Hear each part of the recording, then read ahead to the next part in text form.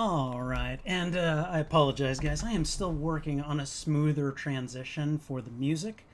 Like going from the music into the mic. It's weird and complicated, and one of these days I will figure it out. But in the meantime, you just got to deal with me turning it down, turning it off, then allowing the mic to go on. So, it's a complicated science, and I still have to figure out its inner working. So, anyways, hey everybody, and welcome to episode 3 of the Spidey Librarian Action Hour. And hello from me, and hello from Trouble, who is just making her, making her presence known by walking around in frame because she's a cat and she does things like that. So, anyways, welcome. Good to see you again. And this is the Spidey Librarian Action Hour, where I, a reference librarian and pop culture geek, endeavor to educate, entertain, and enlighten you from tidbits from the world of librarianship, technology, video games, superheroes, scary movies, and whatever other fandoms that we all find interesting. And I feel like this week is a fairly special episode because I've decided this is going to be a fairly Ghostbusters centric episode. And if you guys stick around, you will see why, because I know it doesn't look that way at first. Like, I've got one section that's like we're talking about the movies, and that's going to be in the pop culture deep dive in section 3. But before we do that, we still have 2 other sections to get through. We've got the first segment, which is going to be the DLC, Discover, Learn, Create. And this week's segment is on password security and password managers. And so what we're going to do is we're going to go through the process of setting up a bitwarden account for Samuel Spade. And if you don't know who Samuel Spade is, he was in episode 1. He's the gentleman that I created the Google account for, and he is fictitious, and I figured this is the perfect opportunity to go ahead and do that this week. But it's still tied into Ghostbusters. You wanna know why? Because you guys are going to help me create a commercial that we will then add. It'll be like a little 30-second commercial, and we're going to add that to it. It'll be its own video. It'll be a non-shorts video because it's not going to be like phone length. It's going to be like wide, but it'll be its own video, and then we can tack it on to the video that I make about educating about password managers and bitwarden. So, and I think once you guys see what I have in mind, you're gonna see, there's the Ghostbusters connection. Anyways, thank you. Wolf said groovy, free to use tunes. Yes, let me tell you something. I spent a lot of time assembling a playlist of free non-copyrighted songs in YouTube for the waiting room. So if you guys ever get into the waiting room, the stream before I actually go live, and you don't hear any music, you just see that that streaming soon subscribe message, and you don't hear any music, call me out, please. Because I thought I had gotten, like, I did it last week, and I thought this week I'd fixed it, but apparently I had enabled it without bringing the volume up. And I'm just gonna say that this is part of the learning experience. This is how we learn. So, let's see. Alan Copeland says that he is going to go and see Ghostbusters Afterlife this week. Alan, I am with you. I'm with you, man. I'm gonna go see Afterlife on Thursday after I get off work. My entire household, we have tickets. It's the IMAX version. I'm so pumped. However, going to see Ghostbusters Afterlife this week does present kind of a quandary because I was trying to play through. If you go and look back on my streams, I'm trying to play through Ghostbusters the video game, and I want to finish it before we get to Afterlife, but I don't know if I'm going to have the time to. Like, I really want to, but we're just not there yet. So, we'll see what happens. But we're gonna go and like I might stream it tomorrow. Maybe I'll stream it tonight after the show if I'm feeling like really adventurous and wanting to stay awake. I don't know, because I've only just gotten past the library, um, and so I'm told that I have like at least four more sections to go before I get the game done. I don't know. Each section seems to clock in at about 2 hours for me, so I don't know. I don't know if we're going to be able to do it. But even if we don't, I mean, Ghostbusters the video game was intended to be the closest thing to a sequel that fans were ever going to get, and I know that Afterlife in a lot of ways kind of trumps it for that reason. I bet there's still quite a bit of Easter egg lore stuff that's in the video game that is probably good for me to at least be aware of when I go to see Afterlife. That's just my guess. We never know. All right. Is the Ghostbusters YouTube gravy train coming to an end? I don't know, man. I like to think that Ghostbusters fans are always going to be, kind of hardcore in there. I'm Ghostbusters content gets the most views on my channel, and so that's always a wonderful thing. I don't know necessarily how that's going to go after Afterlife comes and goes, but I think I think it'll still be a good source of content. We'll see. I don't know. And if you guys ever have any suggestions for content that I might try, Ghostbusters or otherwise, let me know. I mean, shoot it to me in the chat. Leave a comment on a video that I make. Heck, leave a comment on this live stream. Just do whatever you can to let me know what you would like to see, because part of the reason that I'm doing this show is because I want to get you guys' input on what kind of content you would like to see so that I can make good stuff for you. So, anyways, all right, so after we do DLC, the second segment is going to be the pop culture roundup, and man, let me tell you, Disney Plus is most of what's in the pop culture roundup today. I'm not even going to lie. Their announcements were huge, and we're going to go through and talk about which shows they're announcing, when we're going to see them, if we're going to see them anytime soon, and then Spider-Man No Way Home. Had a couple of things this week that we need to talk about, especially as a Spider fan here. So, anyways, segment number 3 is going to be the pop culture deep dive, and for this week's pop culture deep dive, I'm going to talk about the Ghostbusters movies in preparation for Afterlife.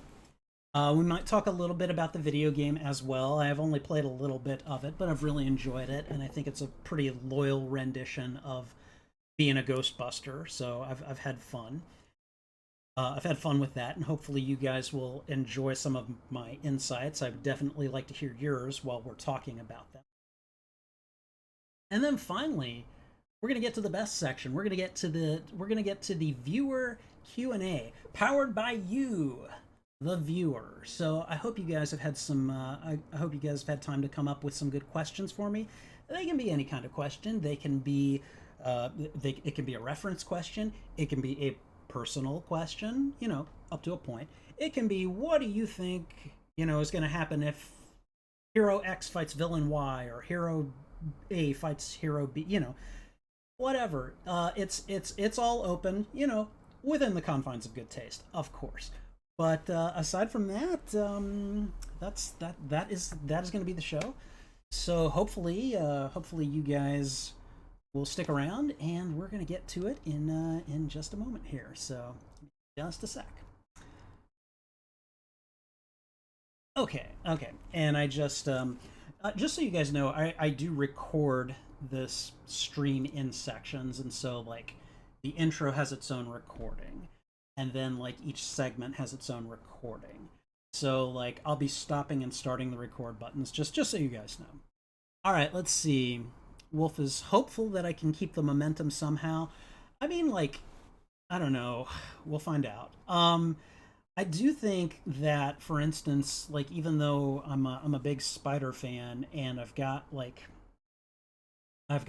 bunch of videos on on Spider-Man and Spider-Man No Way Home and Spider-Man gameplay and stuff like that. They're, I mean, it's the Ghostbusters stuff that really pops in terms of view.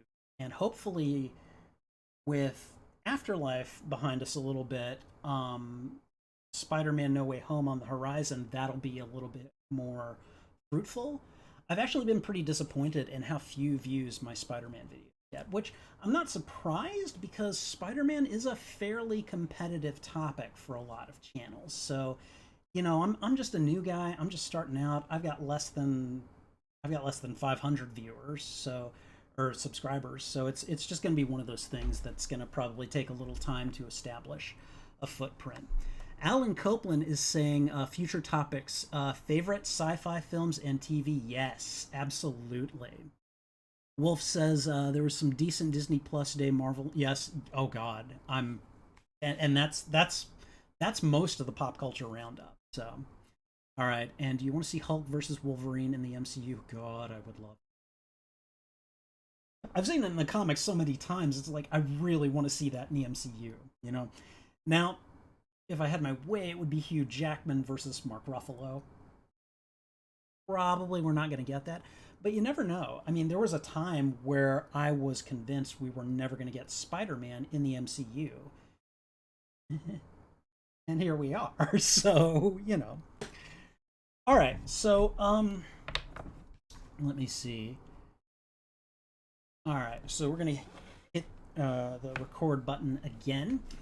All right. And we are back with segment 1, DLC, Discover, Learn, Create. And today's topic, we are going to be talking about password manager and password security, essentially. Now, one of the innovations, well, my main innovation for this week is that I did not do a script at all. Everything I'm doing is unscripted. It is from kind of muscle memory from me doing the first 2 shows in terms of how I structure things and how I say them. So I'm actually gonna put this to you guys, since you guys are the ones who are here. What do you want to do? Do we want to shoot the commercial first, or do we want to record the segment first? Because either way, it's going to be on the same recording roll, and I'm going to have to split it up. But if we do one and then the other, I could probably separate them.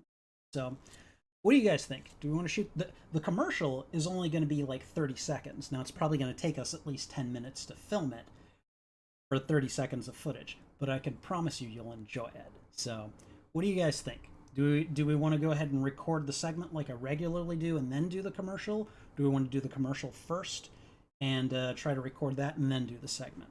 What do you guys think? Any takers? All right. So the commercial, just so you guys know, is going to be it's going to be a riff on the Ghostbusters commercial. Okay, it's going to be the, you know, are you troubled by, you know, strange noises in the middle of the night? You know, that is. So I'm thinking I'm thinking that and I'm going to record it, and I'm going to be all 3 personalities, but we're switching it up so that it's based around password protection instead of ghost busting. So, all right, segment, then the commercial. Okay, we can go ahead and do that. I am good with that. Whatever is easiest, probably best. Let's go ahead and do the segment, and then we will go ahead and do the commercial. So I'm gonna do what I can to kind of zip through this, and before I get started, I'm going to do this thing that I don't like to do, and I'm going to start up Microsoft Edge, because that's where our window capture is going to be directed to while we're doing the recording and setting up Mr. Samuel Spade's Bitwarden account. So, will you need the commercial for the segment or vice versa? No. I mean, they can be separated. And the commercial I will do, like, it will be its own video, but I'm also going to put the commercial in front of the segment, just because I think it'll be funny. And I think it'll be fitting. So, I don't know.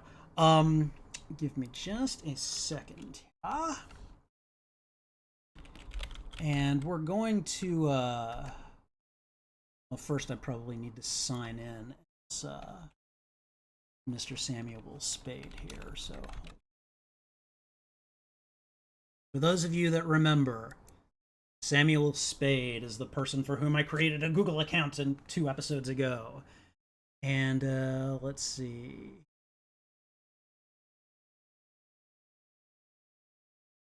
Let me go ahead and sign in as Samuel Spade. I mean, it sounds like it could be me. I don't know. Anyways, let's see. Should remember. Okay, it remembers me. So there we go. So now we are signed into Edge as Mr. Samuel Spade, and we'll just leave it at that. So, all right, okay. So, for those of you who are not familiar, and I imagine most of you are, this is where we're basically going to make a YouTube video, and I'm going to do several takes several times. Again, no script, so I'm totally off book. You guys are going to watch me just try to riff as best I can. And yeah, so, okay. If you guys have any questions, let me know. That's what the chat is for. And yeah, just stick around and here we go. Hey everybody, Spidey Librarian here. And today I'm going to show you how to set up a password manager account with bitwarden. All right. Wolf says, it sounds like the perfect spam email account anytime you need to sign up for something with an email address. I mean, I didn't even intend it that way, but that's pretty much how it's going to be. You know, like Samuel Spade is like going to be my dummy account for any of these new, you know, learning videos that I do with making, you know, creating new accounts. So, all right, I'm going to try that one more time, and then we're going to go ahead and move on to the next. So here we go. Hey everybody, Spidey Librarian here, and today I'm going to show you how to make a password manager account with bitwarden. Okay, all right. And guys, let me know. You know, I was putting together the video for Libby last week, and I thought I had nailed it in several areas, and that footage ended up being terrible just because, like, sounds got dropped, or I wasn't looking at the camera as much as I thought I was. So if you guys see anything, wrong, you know, just shout it out. Just be like, no, looked away at the last second. Like, call me out. It makes me better. It makes me better when you guys do that. So, all right. So for the next section, I'm going to talk a little bit about password security and how a password manager helps, and then how bitwarden is just like the password manager that I prefer. So, anyways, yeah. In this day and age, password security is highly, highly important. And it's sorry. And it's easy to see why. We have hundreds of accounts that we have to create for hundreds of different websites, each demanding a username and a password, and with each site having different standards for their passwords. It can be very difficult to keep all of them what? To keep all of them sorted? I'm sorry. It can be very difficult to keep them all sorted. Okay, we'll do that. It can be very difficult to keep them all sorted. And I didn't know what I was going to say after that. All right. It can be very difficult to keep them all sorted. A password manager is a wonderful tool for helping to manage your passwords, keep them secure, and to make it so that the only password that you need to know is the password manager. There are several different products out there. Sorry, hold on. There are many different good password manager products out there. There are including popular ones like LastPass, Dashlane, and Bitwarden. I'm going to do that again. Including popular ones like Dashlane, LastPass, and Bitwarden.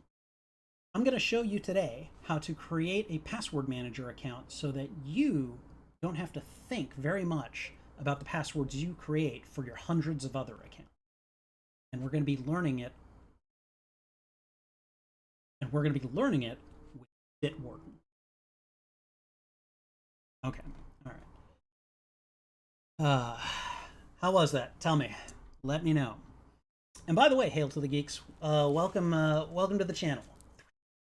Just wanted to say hi to you. Let me see. So now I need to bring up the window capture.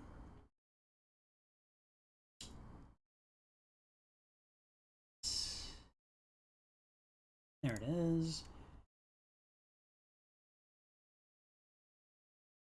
Don't want it to do Chrome. Oh no, I wanted to do that other one. That Edge browser. There we go. Okay. And then let's just see. Okay, so we got partial coverage.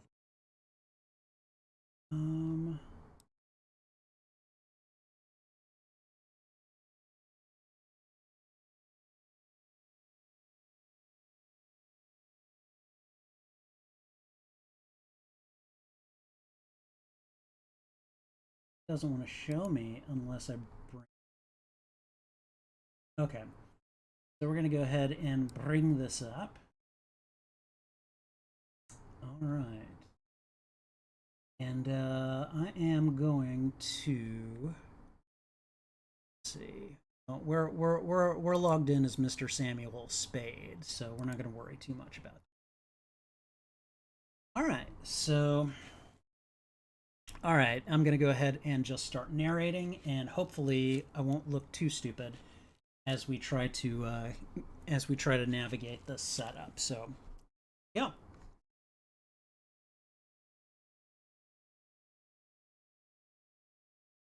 Bitwarden is a wonderful password manager tool that is a favorite of mine.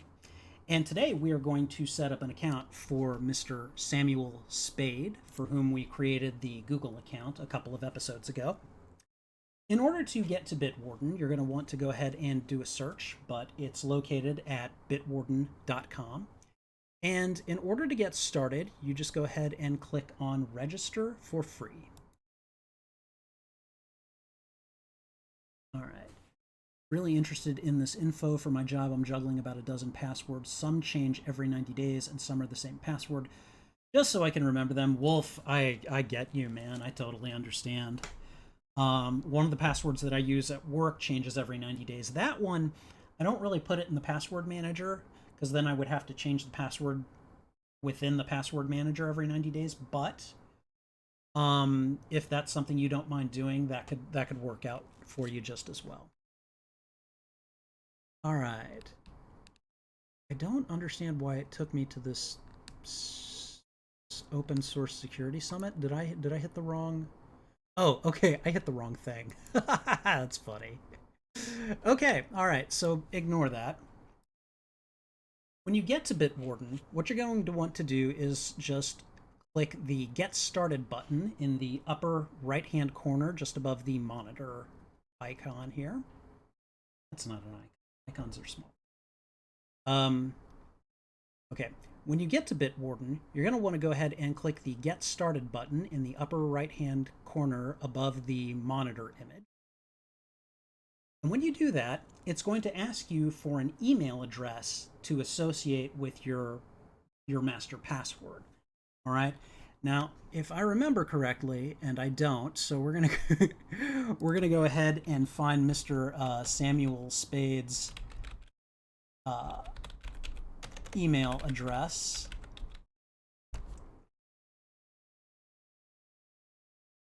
All right, and let's see. Can we go to his Gmail? Where is his Gmail? I should just go to his Gmail. Wait a minute. Why is it under this? I logged in as Samuel's. It was weird. Okay, well, anyways. All right, so let's see. And under this account, we'll go ahead and go to Gmail. So,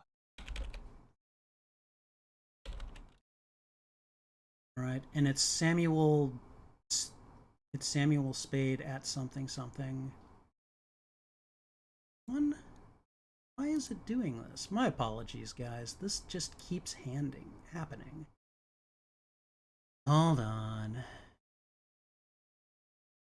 What is the deal here? Alright, guys, give me 1 second. We're going to go ahead and just check this out myself. Yet again, technical issues because they're just a thing. So let's go back to the Google account page. And I created several dummy accounts, and it seems to have chosen a different one as the master one. All right, so it was like, what was it? It was Samuel Spade 92, I believe.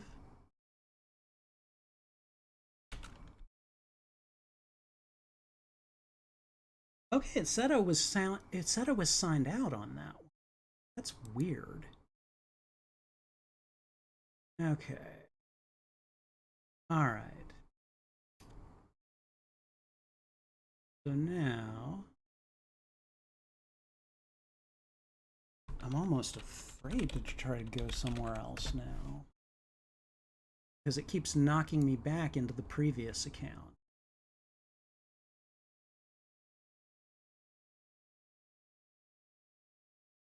Go. Huh. And again, it knocked me back. Why are you doing this? There we go. All right. Okay. Okay. Sorry about that, fellas. This is just one of those things. I don't want to switch to Google Chrome. It's because I'm logged into Google. Okay. All right. So I think we're back. Let's have a look at it. So, all right. So there we are. We've got that up. And this is going, I want to look at an actual email to me. And let's see. Yeah, Samuel Spade 92. All right. So we're going to go ahead and grab that. All right.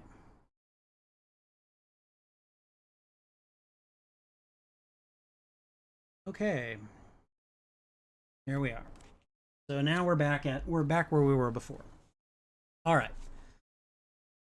A whole lot of stuff I'm going to be just cutting right out of the video. Okay, so when you have excuse me, when you click get started, it's going to bring you to a page where it asks you for an email address to associate with your master password. In this case, we're going to use Mr. Samuel Spade's email address that we created a couple of episodes ago. And we're going to go ahead and put that in. Now for a master password, this is the password. Hold on. All right, so at this point, you're going to want to input your master password. Your master password is very important. You're going to want to make sure this is the password that you remember.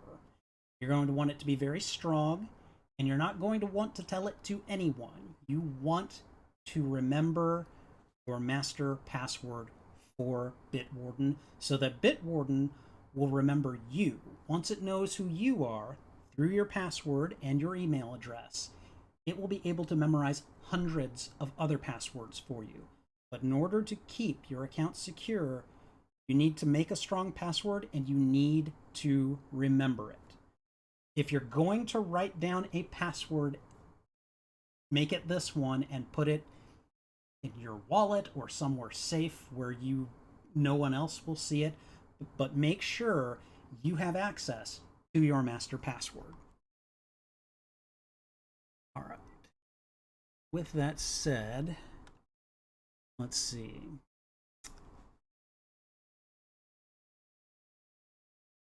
There we go. All right. Now, while you're typing in your master password, it's going to basically analyze your password as you put it in. You're going to want to make sure that it is a strong password with a combination of uppercase letters, lowercase letters, numbers, and symbols. And you're going to want to remember it. All of this verbiage down here is Bitwarden reiterating what I'm telling you verbally. There is no way to recover the password in the event that you forget it. It is very important that you do not forget it, and it is important that it be a strong password. I'm going to go ahead and create a master password for it that, let me think. I didn't even think of one, but let's see.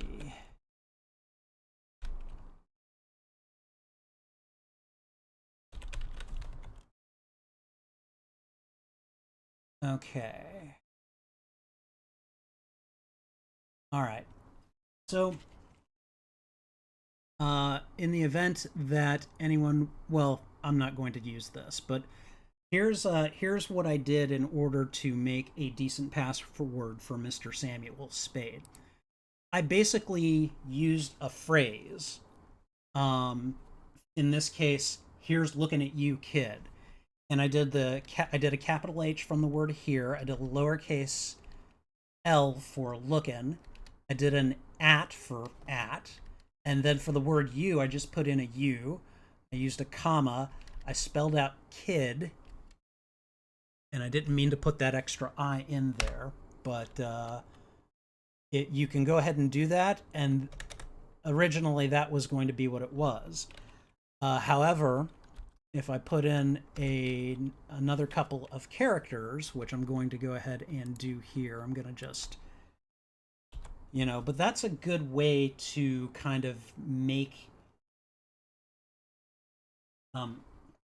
using a passphrase that you modify is a good way to create a master password that will be easy for you to remember, difficult for other people to figure out, and also easy to change and modify so that you can access it easily. So what I'm going to do now is I'm actually going to copy it. Oops. I didn't mean to do that. Wow. What did it do when I did that? Wow, I didn't mean to do that either. I thought I'd copied it. Okay, well, let's try that again. Oh, I thought I had, there we go.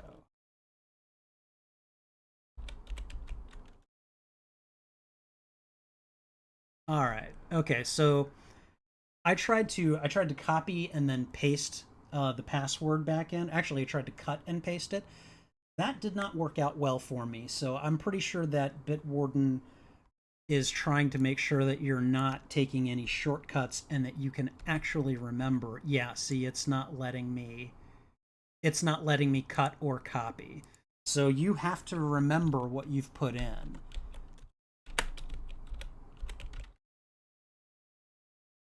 All right, and then we're just going to put in the master password hint is basically if you forget your master password, it is a word or a phrase or something that will hopefully jog your memory and make it so that you can, recall the master password that you created. In this case, and Hail to the Geeks is asking, am I really a Bogart fan?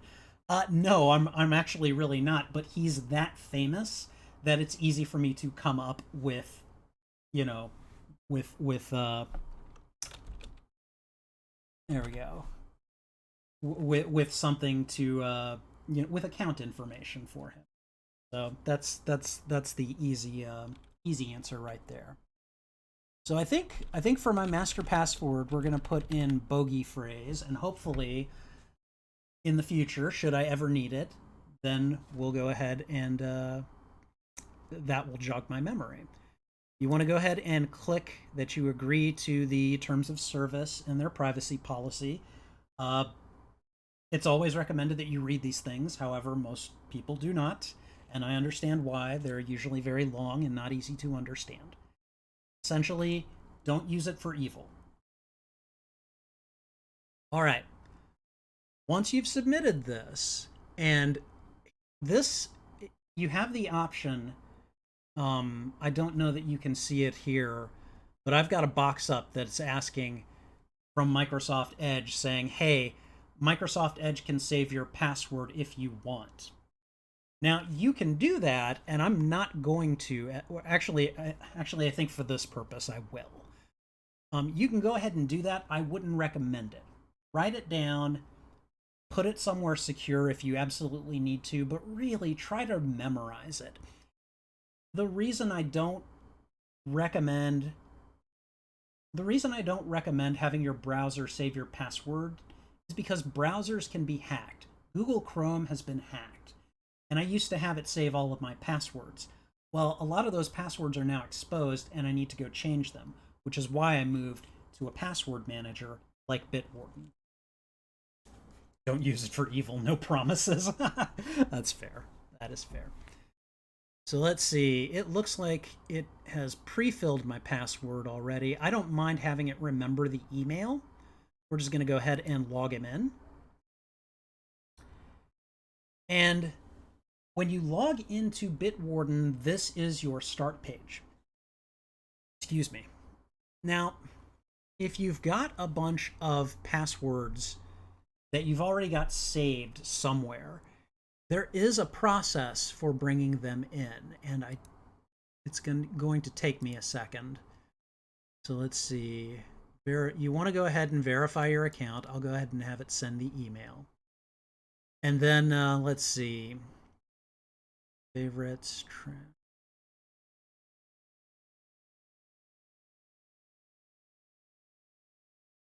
Tools. Okay, yes, there's an import data. Okay. So what you can do is you have to, let's see, you basically have to export all of your passwords, say from Google Chrome, into a data file, and then you have to save that file as one of the compatible formats that Bitwarden accepts here. And I think for a lot of them, I think what I ended up doing is, I want to say I used like Excel, but I don't see an Excel file. Okay. There is a way to do this, and I will go over the process. However, if you just want to get started in My Vault, all you have to do is click Add Item, and then you can go ahead and just start putting in, for instance, like his Google account. We're going to go ahead and put in Samuel Spade's Google account. So let me see. I think, let's see. We're going to go ahead and use the name Samuel Spade. And for username, it's Samuel Spade 92. I really wish. Oh, you know what? Hold on. We'll do this. We'll do this as a generic item. But actually, I think for this one, there is a way. My apologies, guys. It's been a while since I've done this. Let's see. We're gonna add item. Okay, all right. So we're gonna go with Gmail. Is it gmail.com?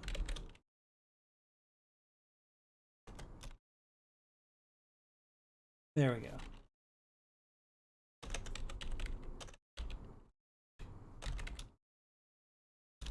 So we're gonna go ahead. What we're going to do here is we are going to put Samuel Spade's Gmail account information into Bitwarden.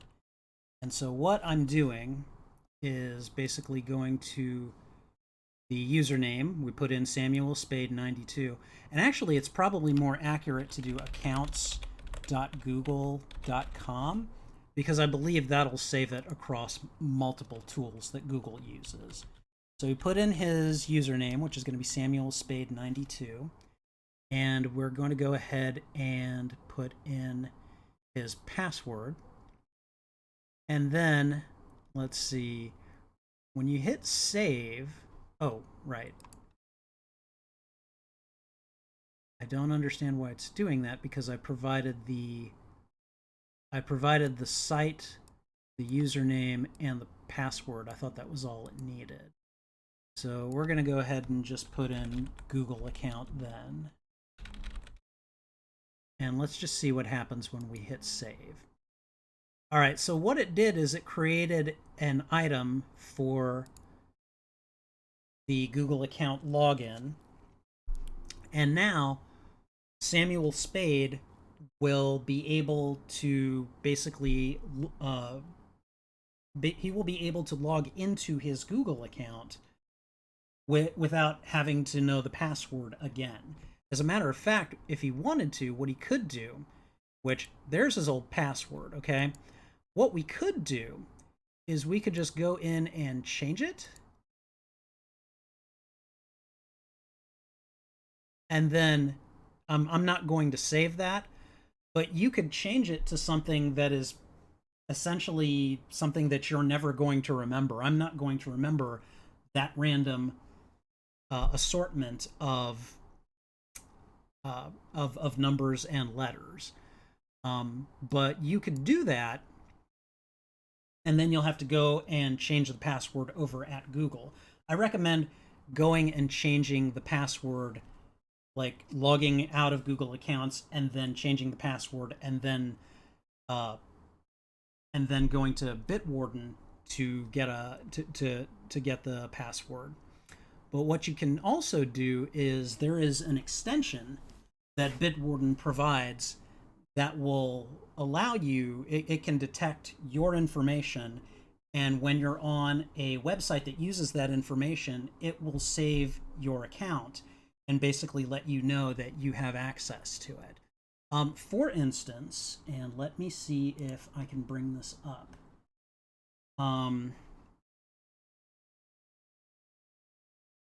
Yes, give me 1 second, fellas. I'm going to show you my Chrome tab real quick.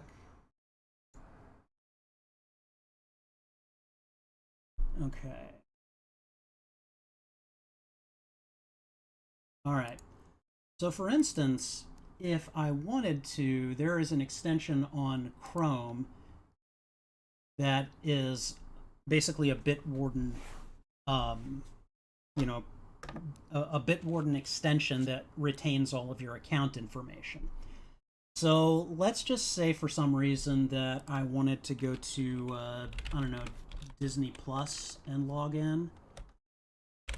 Of course it's doing that. So I think it already remembers me, but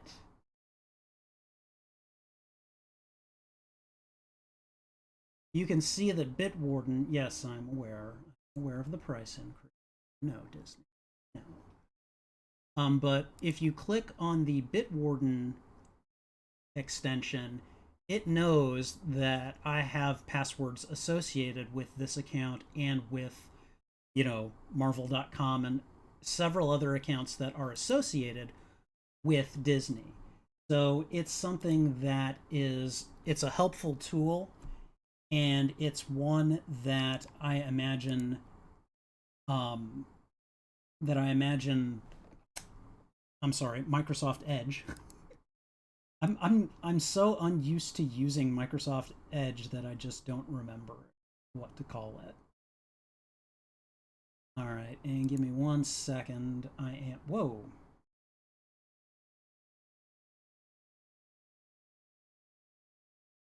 Has it been on my face this whole time?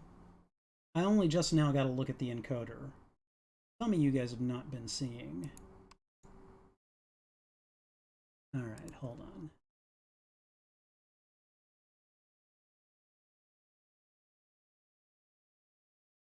Where is... I'm sorry, guys. Technical difficulties, they always seem to be a thing with me. One of these days, I will grow up and not There we go. There we go. Now we're back on it. Sounds like such a weird thing to say. And now we're back on it. All right. It was showing the computer. Okay. All right. Then it was just me. Which, you know, I mean, story of my life, you know? So, anyways. All right. So, is there an extensions man? Okay, so there is an extensions. All right. Good. Good to know. This is a very unintuitive place to find it. Okay. So Bitwarden does have extensions that you can use, and it looks like Microsoft Edge does have an extensions manager. So we're going to go ahead and see if we can find an extension for Bitwarden. Let's go ahead and see what we can come up with. Wow. Let's try the search extensions for Microsoft Edge. Let's click on Bitwarden. There we go. So extensions are very nice. They are added to your browser and can work in tandem with other websites, other programs that you have. They can kind of put them in your browser so that you can use them. So extensions are nice. You definitely want to add the Bitwarden extension if you can. So we're going to go ahead and add it. And once it's installed, what it can do, it should already know me. Let's go ahead and log in. Okay. Now, this is weird. Oh, okay, no, I did tell Edge. Okay. So Edge remembers my password because I did tell it to. So let's go ahead and log in. I don't recommend you do that. Okay. So now we're logged back in, and I've got two different windows with this open now, but whatever. But we're logged back in, and now when you go to extensions, which I think is this here, all right, let's just see if we can go to, for instance, where's a place we could go to log in? Of course, now I can't think of anything. Oh, you know what? Well, I think if I go to YouTube, it's already going to remember me because I'm already logged in as Samuel Spade. Oh, no, I'm not. Oh, okay, now I am, but I'm under that other account. Whatever. Yes, switch account. Why do you keep doing this to me? I don't like you. Okay. Let's just go ahead and see what happens if we click here. Okay, so it's going to want you to log in, and the login only lasts for so long. So what you're going to want to do is go ahead and just log in. Oh God, why? Why would you do this? Okay, so you have to introduce yourself to the extension, and then, oh God, I've forgotten the password.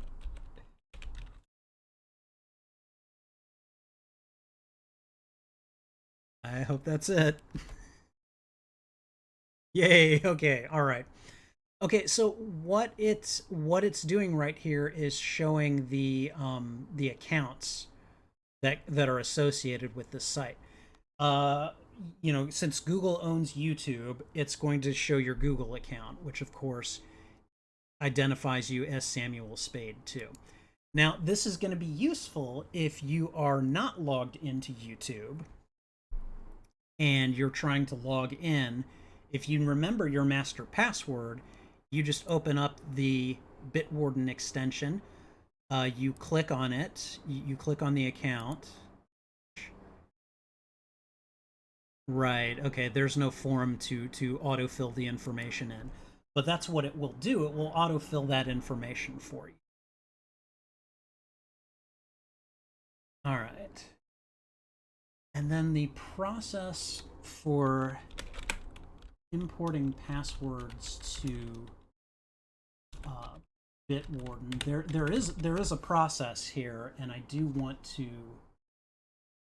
do want to go through it very quickly, but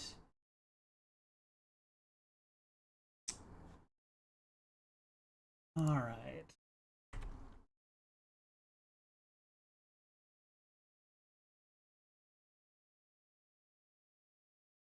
Okay. And I don't know how much of this part is going to make it into the video, but let's just have a look. Okay.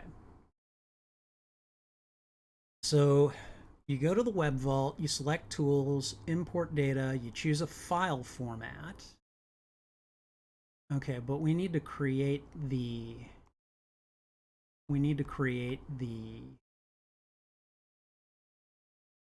okay, let's just say we wanted to import from Google Chrome because I had last imported my stuff from Google Chrome.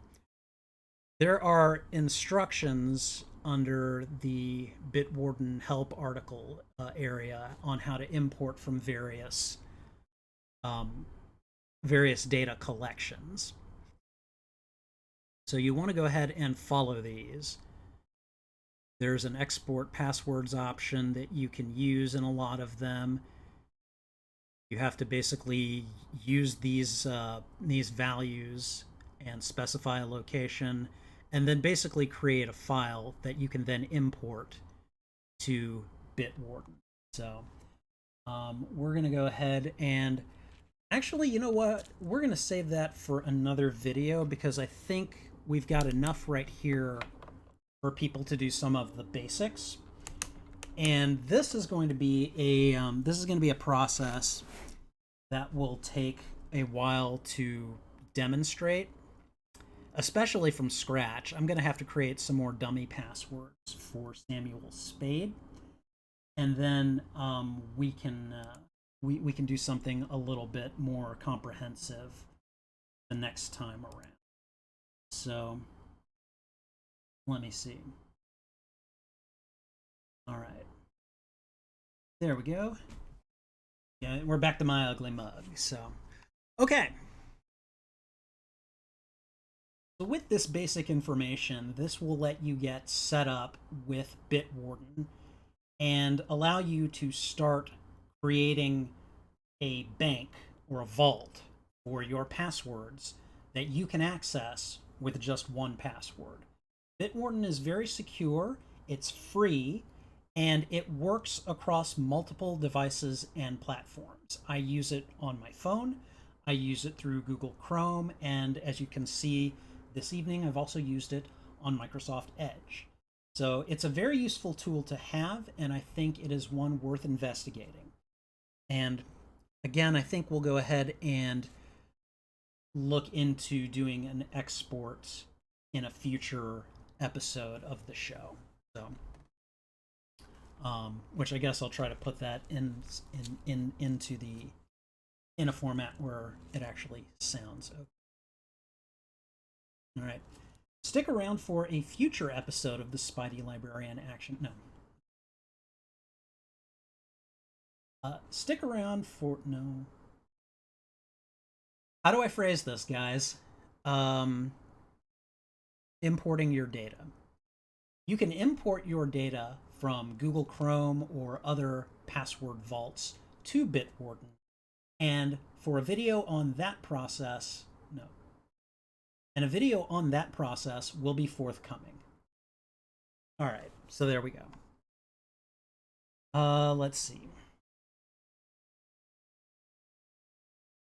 All right.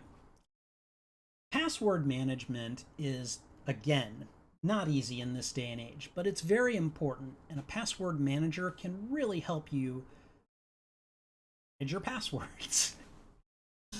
There's got to be a better way to phrase that. Okay. All right. All right. Password security is, of course, very complex in this day and age. And a password manager can help you navigate that complexity by creating a vault for your passwords that only you can access. Bitwarden is a good tool, but there are several others, including Dashlane and LastPass. All right. Whichever tool you choose, make sure you get a password manager today. Okay. All right. Anyways, I hope you found this video informative, and if you did, go ahead and thwip on the like button. It really helps me out. It lets me know that you enjoyed this kind of content and would like to see more in the future. Sorry, my brain is a little scrambled, so I apologize. Let's see. Oh, right, okay. I'm making informational and educational content in addition to I'm making more of these kinds of videos for my channel, so if you would like to see more of them, consider a thwip on the subscribe button as well. I'm making more of these types of videos for my channel, so if you would like to see more of them, consider a thwip on the subscribe button as well.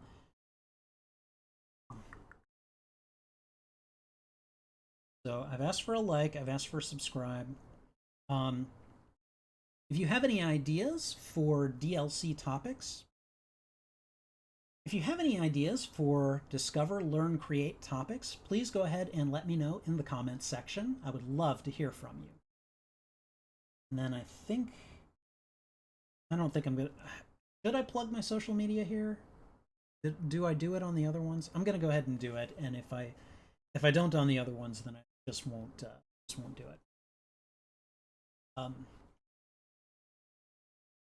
You can find me on various, no, you can find me on other social, I'm active, there we go. I'm active on other social media. You can find me on Twitter and Instagram as well. And I think that's it. That's it. Thanks again for watching. This is Spidey Librarian, and until my next Thanks again for watching. This is Spidey Librarian, and until my next upload, I'll be wishing you a good day. Ooh. All right, well, that was 45 minutes of wow, that took forever. My apologies. I just ideally I want this to be a 60 to 90 minute show, and I'm just I need to work on that. All right, guys. So I've hit the record button. Okay, so commercial segment. Okay, all right. So first of all, before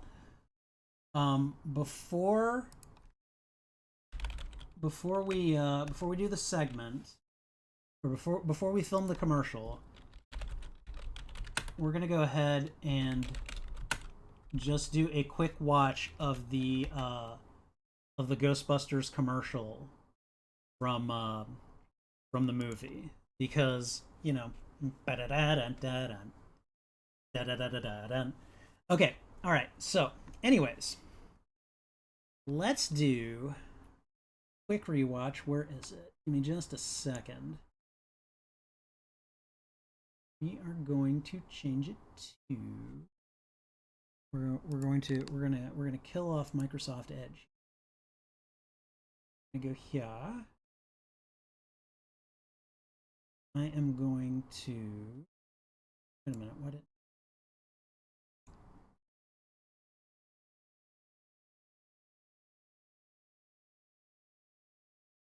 There we go. Okay, I'm gonna shrink this down a little bit, and then here real quick. All right, you guys remember this commercial? I love this commercial. I don't care if the stream gets copyright struck. Well, it won't get copyright struck. It'll get copyright claimed, which is fine. I don't care. What we're gonna do here is we're going to we're gonna blow this up to full screen. I didn't mean to do that, but it just did it. Okay. All right. So let's just go ahead and give this a quick watch. Yeah, you guys. This is the format I'm going after. So here we go. Troubled by strange noises in the middle. You experience feelings of dread in your base attic? You or any of your family ever seen a specter or ghost? The answer is yes. Then don't wait another minute. Pick up your phone and call the professional. Ghostbusters. Our courteous and efficient staff is on call 24 hours a day to serve all your supernatural elimination needs. We're ready to believe you. You guys notice how Egon, like, he's like blinking twice out of one eye after the commercial ends? I don't know. I think that's hilarious myself. Anyways, so that's what we're going for. Do a reaction to the Ray Parker Jr. music video. Ooh, that's not a bad idea, Wolf. That's not a bad idea at all, actually. I'll have to keep that one. I'll have to keep that one in. Audio's dropping out bad in the video. I'm sorry. I'm sorry. That's probably my that's probably my noise gate settings.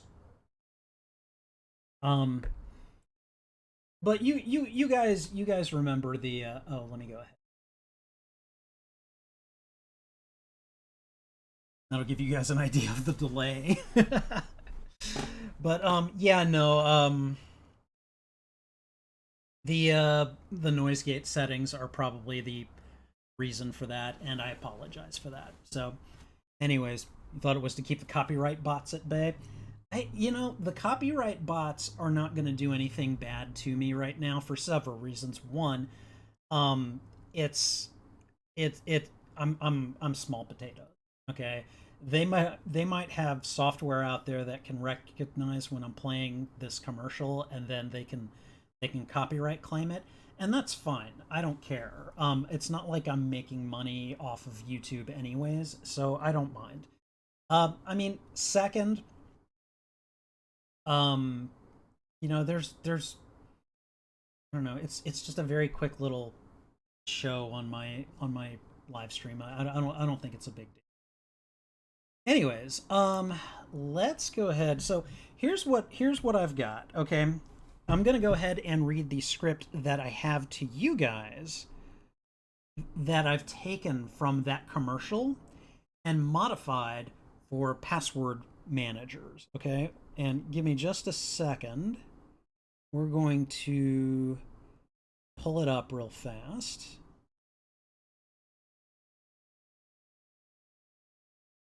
Where is it? Okay, all right. So here it is. All right. Okay. So, and I'm gonna do 3 separate people for each of these. Okay. So I'm gonna say who originally said the line, and then I'm gonna read what I've written in lieu of it. So Dr. Ray Stantz. Are you troubled by strange passwords in the middle of your login? Dr. Egon Spangler. Do you experience feelings of dread while memorizing your passwords? Dr. Peter Venkman. Have you or your family ever forgotten a passphrase, username, or password? Dr. Ray Stantz. If the answer is yes, then don't wait another minute. Pick up the smartphone, tablet, laptop, or desktop PC and contact the professionals. All of them together. Password managers. Dr. Ray Stantz. Our flexible and efficient protocols are available 24 hours a day to serve all your digital security and password needs. All of them together. We're ready to defend you. All right. So that's what I decided to write to make it relevant to this password segment that we're going to be working. It's my way of making this segment tie in with Ghostbusters. Okay, so first of all, what do you guys think of that? And then second of all, here's where the participation really comes in. Okay, so I've got several different like little outfits and things that I'm gonna put on to differentiate the personalities. But the thing is, I need to I need to basically have different like voices, different personas for each of them. I mean, like Egon, Ray, and Peter are all fairly they're fairly the same. I want to play with that a little bit though. I want to do something along the lines of like, let's pretend for like, okay, all right. So a lot of people think I've been getting a lot of comments lately on my channel that I look like Rick Moranis, which is a huge, huge compliment to me, at least. So, anyways, I was thinking what we might try to do for one of the characters is we'll try to do like a Rick Moranis, like Lewis Tully impersonation. So he'd be like, "Hey guys, so I think, do you, you know, um, are you troubled by strange passwords in the middle of the night? Do you experience feelings of dread or of, oh wait, yes. Do you experience feelings of dread while memorizing your passwords? You know, like, and we can try to do like a different personality for each. I've got a couple of ideas, but I would like you guys to tell me basically what impressions you want me to do. Like I've got another one where I'm sort of like this mad scientist. Think like Doc Ock, basically. You know, and I'm talking like Doc Ock from the comics. All right, Alfred Molina's Doc Ock. I'm not even gonna try to do him. I wouldn't be doing it any justice. But like, yeah, that's what I'm thinking. So like, we do like Lewis Tully. We do Doc Ock. And again, I've got different like clothes that we're gonna try on for each of these. So I want you guys to listen to me do some of these, and I'm gonna do the entire script like for each personality. I'm gonna let them like have a go at it, basically. So let me know what you think. And let's see. I think for we're gonna start with Lewis. Okay, we're gonna start with the Rick Moranis one, and I think for him, give me just one moment.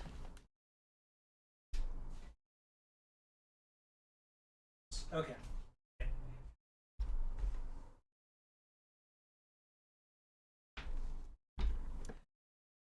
So I think for the Rick Moranis one, all we're gonna do is we're gonna put on my Spider-Man hoodie here,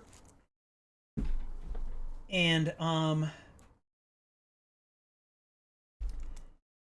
there we go. And we're gonna leave the gloves on just because it's a complete look, and I really like doing that. So all right, and then I'm gonna get in character. So, oh, I should probably start recording because I'm gonna want to make a video of this. Oops, sorry. Okay, all right. So we're gonna go ahead and start the recording.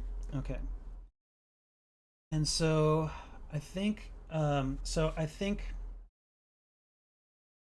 we're gonna have Lewis guy. Do we want him to be the main guy? I don't know.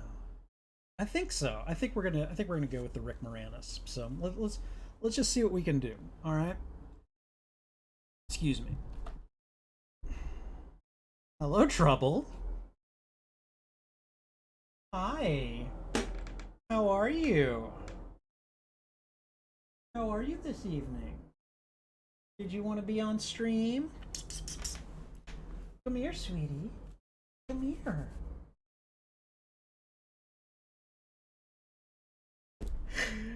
I. She just shows up whenever she wants. She knows that she can do it. She knows that she can get away with it. So, all right. Anyways, okay.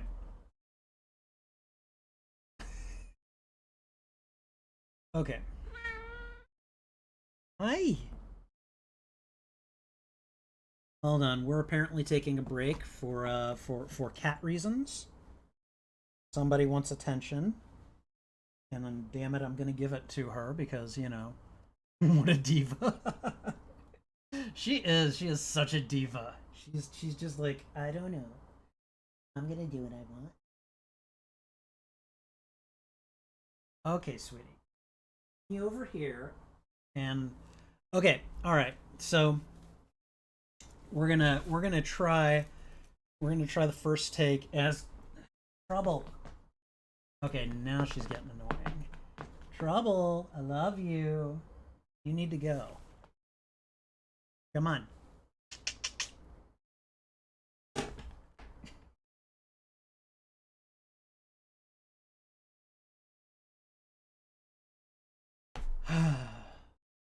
Is there something I can do for you? No. This is not snuggle time. Nope. No, no. I love you. I need to do something. No. Oh my goodness. Such a little butt.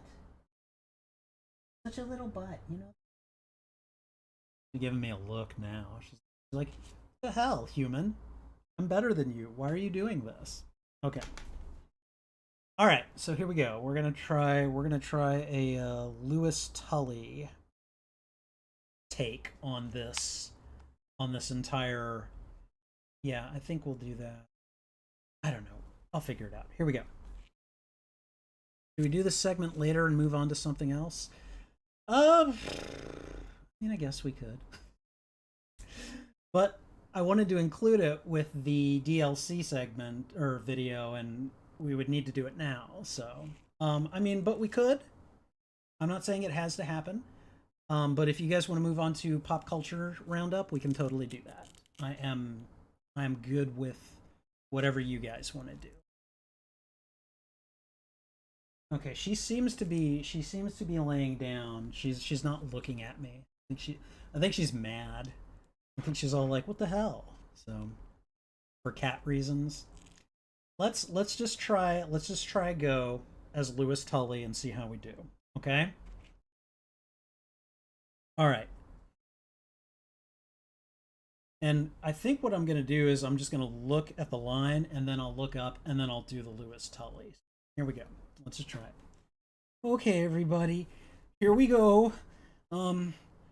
I do I sound reasonably like Lewis? I think I do. Anyways, okay. Are you troubled by strange passwords in the middle of the night? Away. Are you troubled by strange passwords in the middle of the night? Do it one more time. Are you troubled by strange passwords in the middle of the night? Okay, moving on. Do you experience feelings of dread while memorizing your passwords? Yes, I got it. Okay, we're going to do it one more time. Do you experience feelings of dread while memorizing your passwords?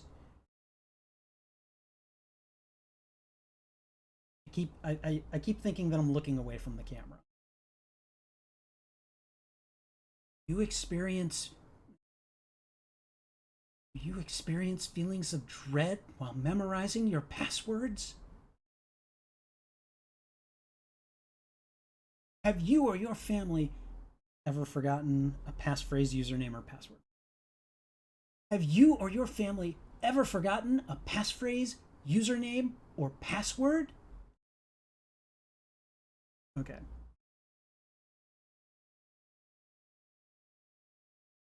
Okay. If the answer is yes, then don't wait another minute. Pick up the smartphone, tablet, PC, no, laptop or desktop. Okay. Pick up the smartphone, tablet, laptop. Pick up the smartphone. Sorry. If the answer is yes, don't wait another minute.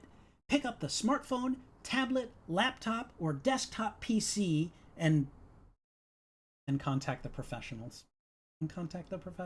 All right. If the answer is yes, then don't wait another minute. Why do I keep doing that? Don't wait. There we go. The answer is yes, then don't wait another minute. Pick up the smartphone, tablet, laptop, or desktop PC. If the answer is yes, then don't wait another minute. Pick up the laptop. You put more than 3 things in a list and I just can't do it. All right. If the answer is yes, then don't wait another minute. Pick up the smartphone, tablet, laptop, or desktop PC and contact the professionals. Password managers. Oh God. Okay.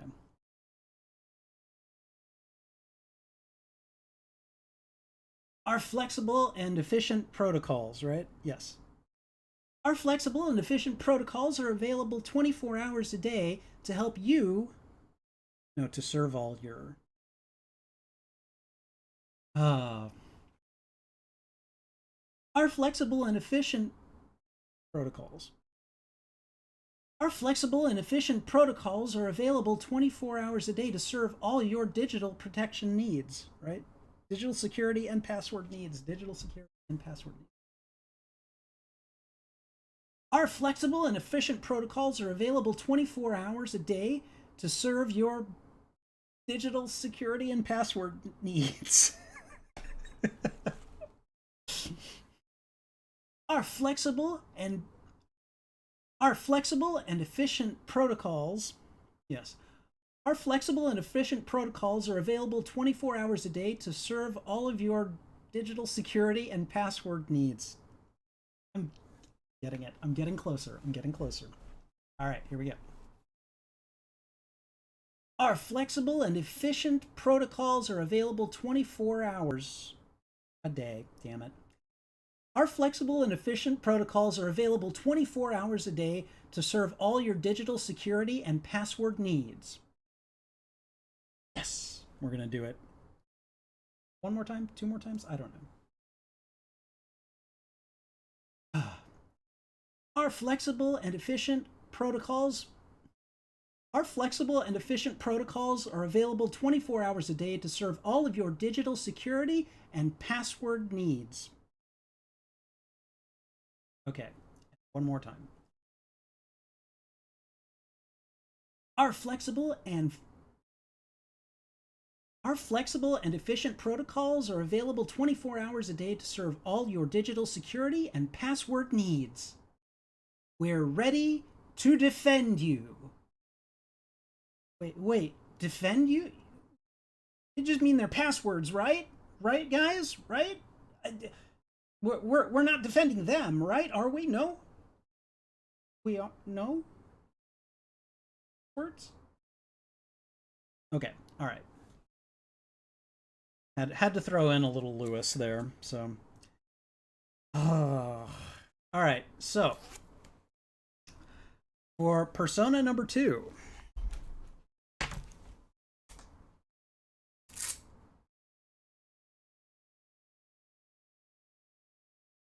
I've got something very specific in mind.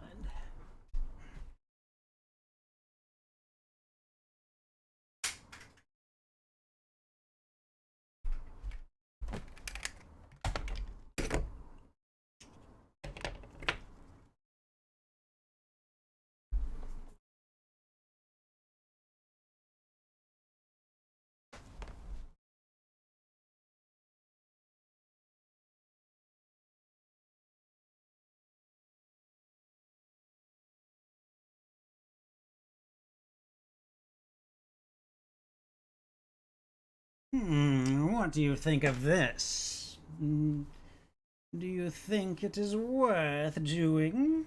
I think so. I'm not certain Spider-Man would agree, but we don't really care what the bug thinks, now do we? What do you guys think?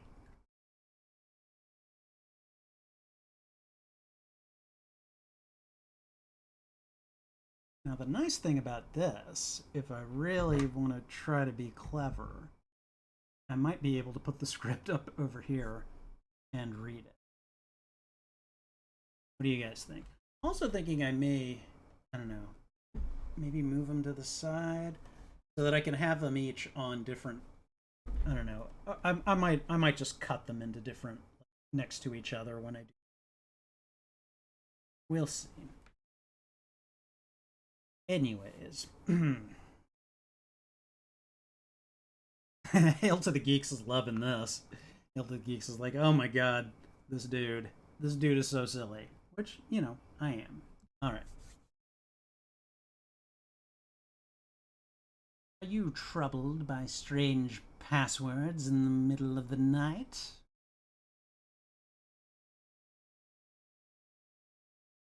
Are you troubled by strange passwords in the middle of the night? You experience feelings of dread in memorizing your passwords.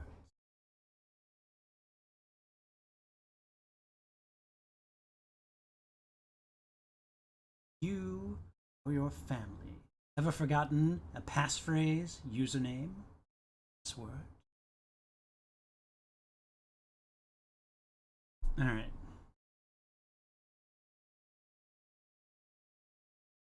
I wish I could raise this just a little bit higher than it.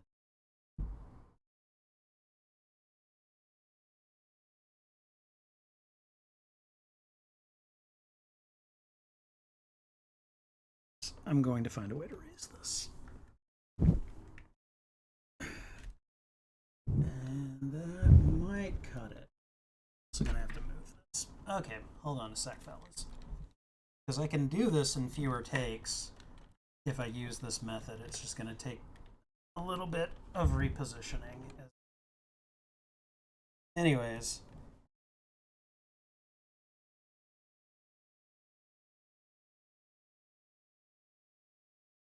Got this weird little kind of gimbal thing going here. Okay. Better. Okay.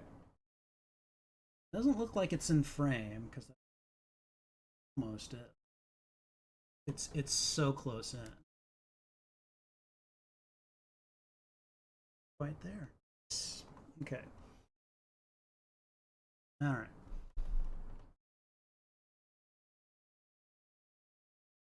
Okay.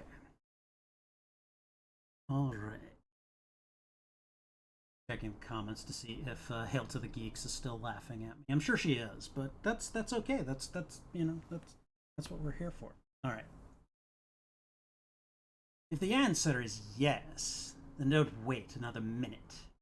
Pick up the smartphone, tablet, laptop, or desktop PC and call the professional. Password manager. All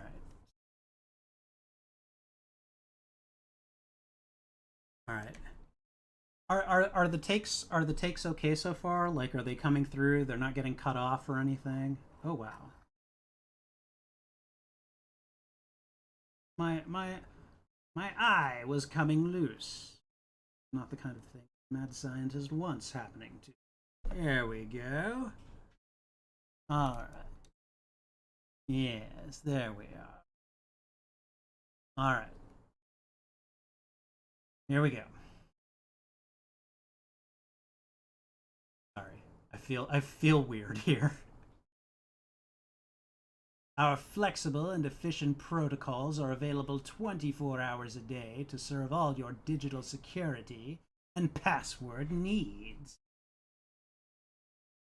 Oh, and then the final bit. We're ready to defend you. And I'm gonna do that one again a little closer in. We're ready to defend you.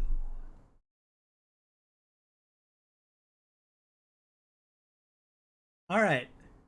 Okay. So I think I've got all of the Doc Ock takes in. What do you guys think? Are you liking this? Are you enjoying it? What I want to do is I want to cut this into like just like one phrase per person. I mean, it's all going to be in the same like seat, but it's I'm trying to capture the kind of original structure and hopefully the spirit of that old Ghostbusters 1984 commercial. So I would definitely like your feedback on these. So, Trouble, do you want to?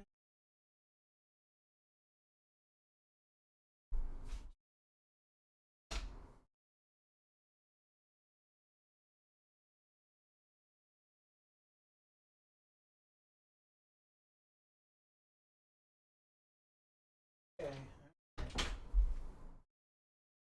Keep looking now.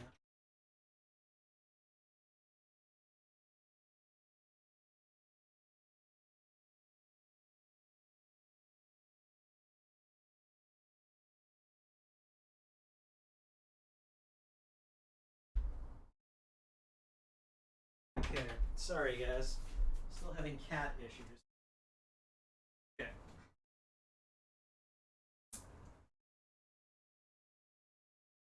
All right. Final one. It's gonna be Harry Dresden.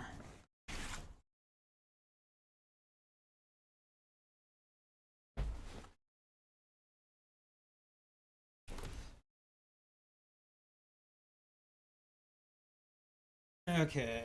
All right. So.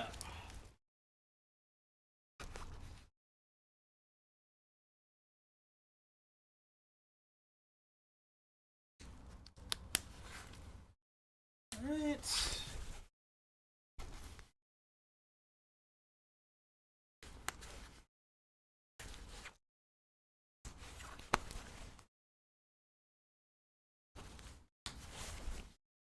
Okay, so we got that there.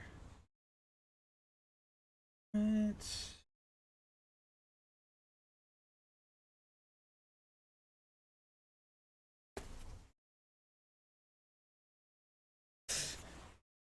Come on, this has got to be worth a like or something.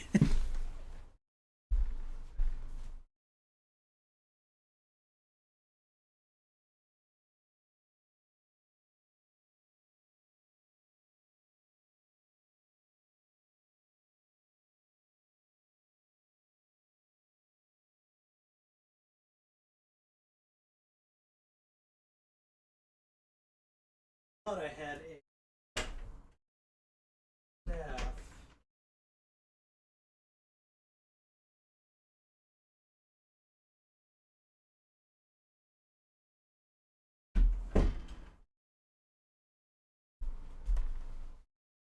Okay, well, I don't think I can find my staff, but I can attempt to.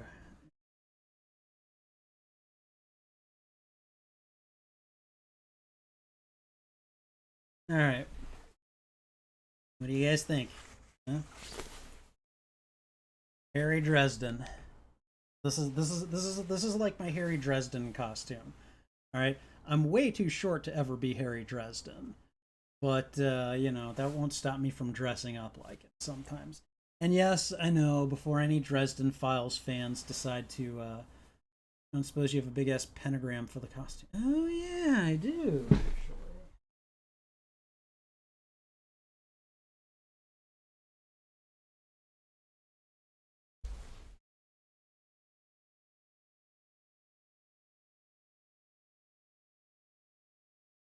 Let's see.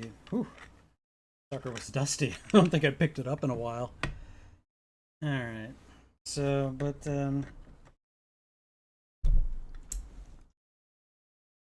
sorry, I am actually seeing dust flying off this thing. All right. I mean, I could try. I don't really have like necklace or anything right now to affix it to. Unfortunately, I could try to just kind of hook it on here. Yep, that's not going to end well.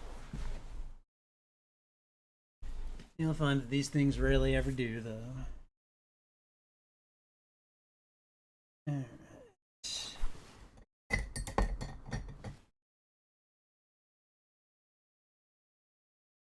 Hold on. I might be able to make it work if I.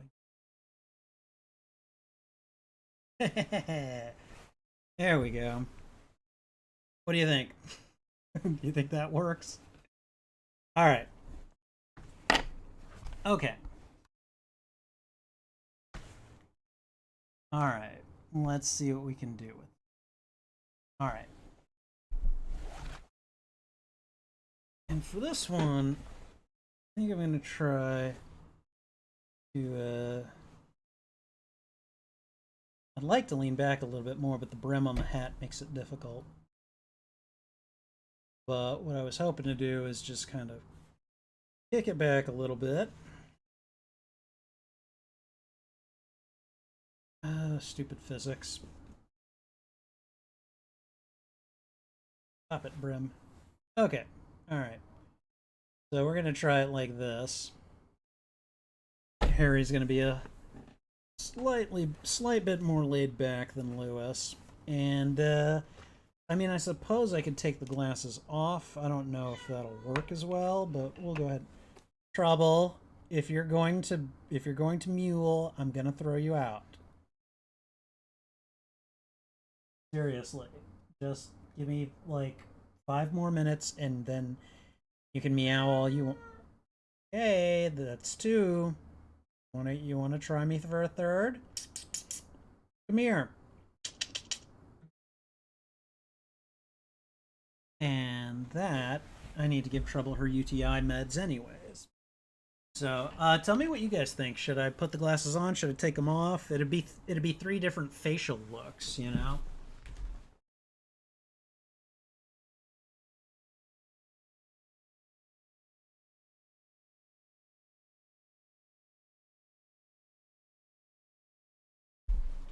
Alright, okay. Alright, so I think that'll work. Let's go ahead and try it without. Alright, you guys tell me, like, we'll go ahead and film it, and then you guys, you know, can ultimately decide, like, what it's gonna be. So, alright. I'm thinking glasses off for Dresden. Okay, alright. Let's try it out. Okay. Are you troubled by strange passwords in the middle of the night? How was that? We'll try it again.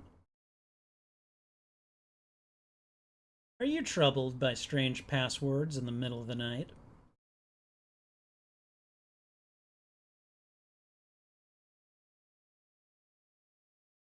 Do you experience feelings of dread while memorizing your passwords? Try that again one more time, too. Do you experience feelings of dread while memorizing your passwords?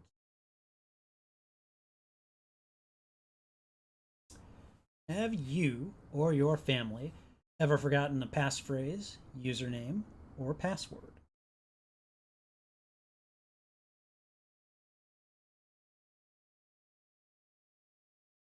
If the answer is yes, then don't wait another minute. All right, okay, the 4 devices. If the answer is yes, then don't wait another minute. Pick up the smartphone, tablet, laptop, or desktop PC and contact the professionals. Password manager. Password manager. I'm going to do it one more time because I know that my voice tends to cut off when I finish a word. Has that been happening? Has it been cutting off? I don't know. We're gonna try it again anyway. All right. The answer is yes, then don't wait another minute. Pick up the smartphone, tablet, laptop, or desktop PC and contact the professionals. Password managers. Let me know, guys.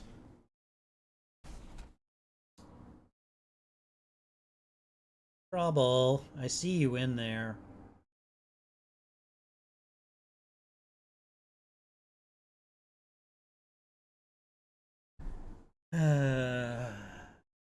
This doesn't work.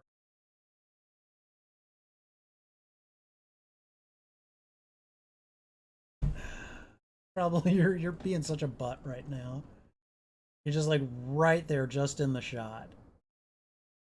Sounds good to you? Okay, good. All right, hold on. I'm gonna put Trouble out for like a minute.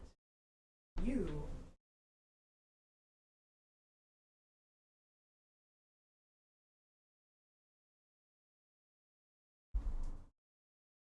All right. Okay, we're gonna let her in just a moment. We're almost done here. As soon as we're done, she can come back in. All right.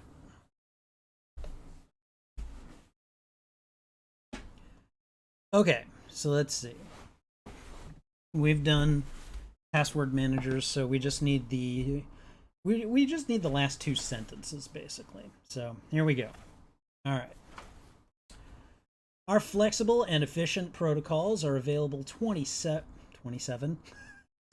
hours a day.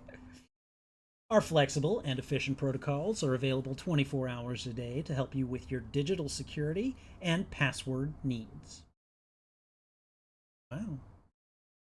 I got that in 2 takes. That was brilliant. All right, we're going to try it one more time just to be sure. All right, let's see. And I think I was a little further back before.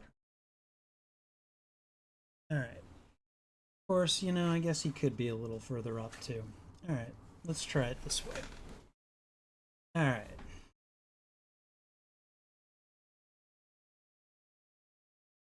Our flexible and efficient protocols are available 24 hours a day to serve your digital security and password needs. We're ready to defend you. He did that. We're ready to defend you. We're ready to defend you. Okay, but further. This is weird. This mirroring thing. All right. All right. Okay. All right. We're ready to defend you. What do you think? I'll do it one more time. We're ready to defend you.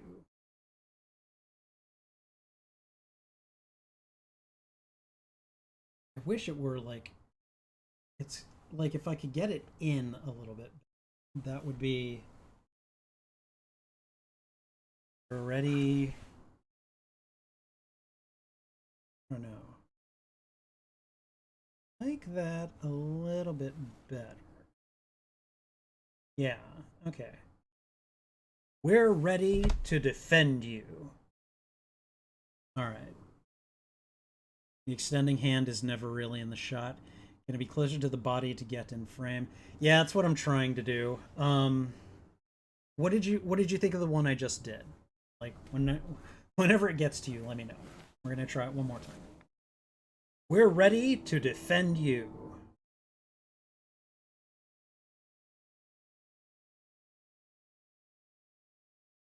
Like that. We're ready to defend you. I think my left hand is better. Like just that one? Like, do you want me to just extend it? Just, it looks so weird. It just appears out of nowhere, you know? Maybe if I'm back a little bit, you know?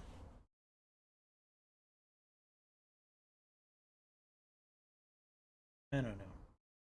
I don't know. We're ready to defend you. I don't know. I'm feeling pretty silly on all of this, but I mean, what do you guys think so far? Like, what do you think of this altogether? I think we've got enough for the video, so I'm gonna go ahead and stop it. Both hands, but extending the left hand. Okay, well, I just did that, so let me know. I'm gonna wait for your input before I hit the stop record button. But oops, and there goes the pentagram. Pentacle. It's not a pentagram, it's a pentacle. There is a difference. All right. So I think it's okay. I think we've got enough to take care of the rest, but I want to be certain before I hit the stop record button. In the meantime, take that off for now. All right. Okay, all right. So, anyways, what's the difference? I'm sorry, what's the I need context now because I don't understand why you asked that. All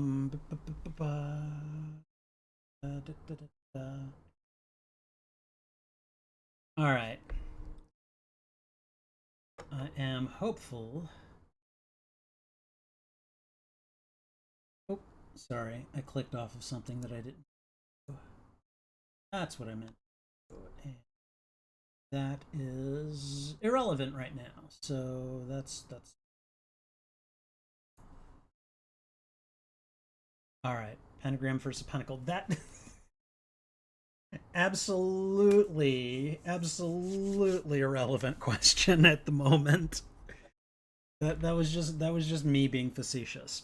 Okay, all right. So I'm gonna go ahead and assume that we've got enough footage to try to make a 30-second commercial. We'll find out. So, all right, I just hit stop. We're gonna move on to the pop culture roundup, and that's gonna go very quickly, partially because I already know I'm over by a lot, and the pop culture deep dive will take a bit. So hold on a sec.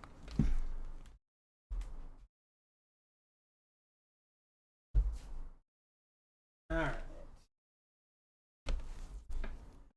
Okay. All right. So we're going to go ahead and get ready. We're going to go ahead and hit the next record button. All right. Okay. So moving on to the pop culture roundup, we've got quite a bit in the news headlines this week. However, most of it is just been dominated by Disney Plus. A couple of days ago, they announced the new shows that they were doing, and there was a lot that they announced. So much in here that I'm not even gonna cover. But one of the things that I will be covering is all of their Marvel offerings and all of their Star Wars offerings. So give me just a second here. All right. So first up, X-Men 97, and it looks like I don't know if it's a reboot or a continuation. All I know is, oh my god, I remember watching this cartoon on Saturdays and I was just kind of like, wow. So, and it was really funny because when they introduced this show, they used the meme of Wolverine. Originally, it was Wolverine looking at Jean Grey's picture, and instead they took Jean Grey out of frame and they put in X-Men 97 so that he was mourning the loss of the X-Men show. So that's really encouraging because it shows to me that they are taking the fans seriously and really kind of getting into the what made that show special. And hold on, I need to let Trouble in. She's meowing. Hold on.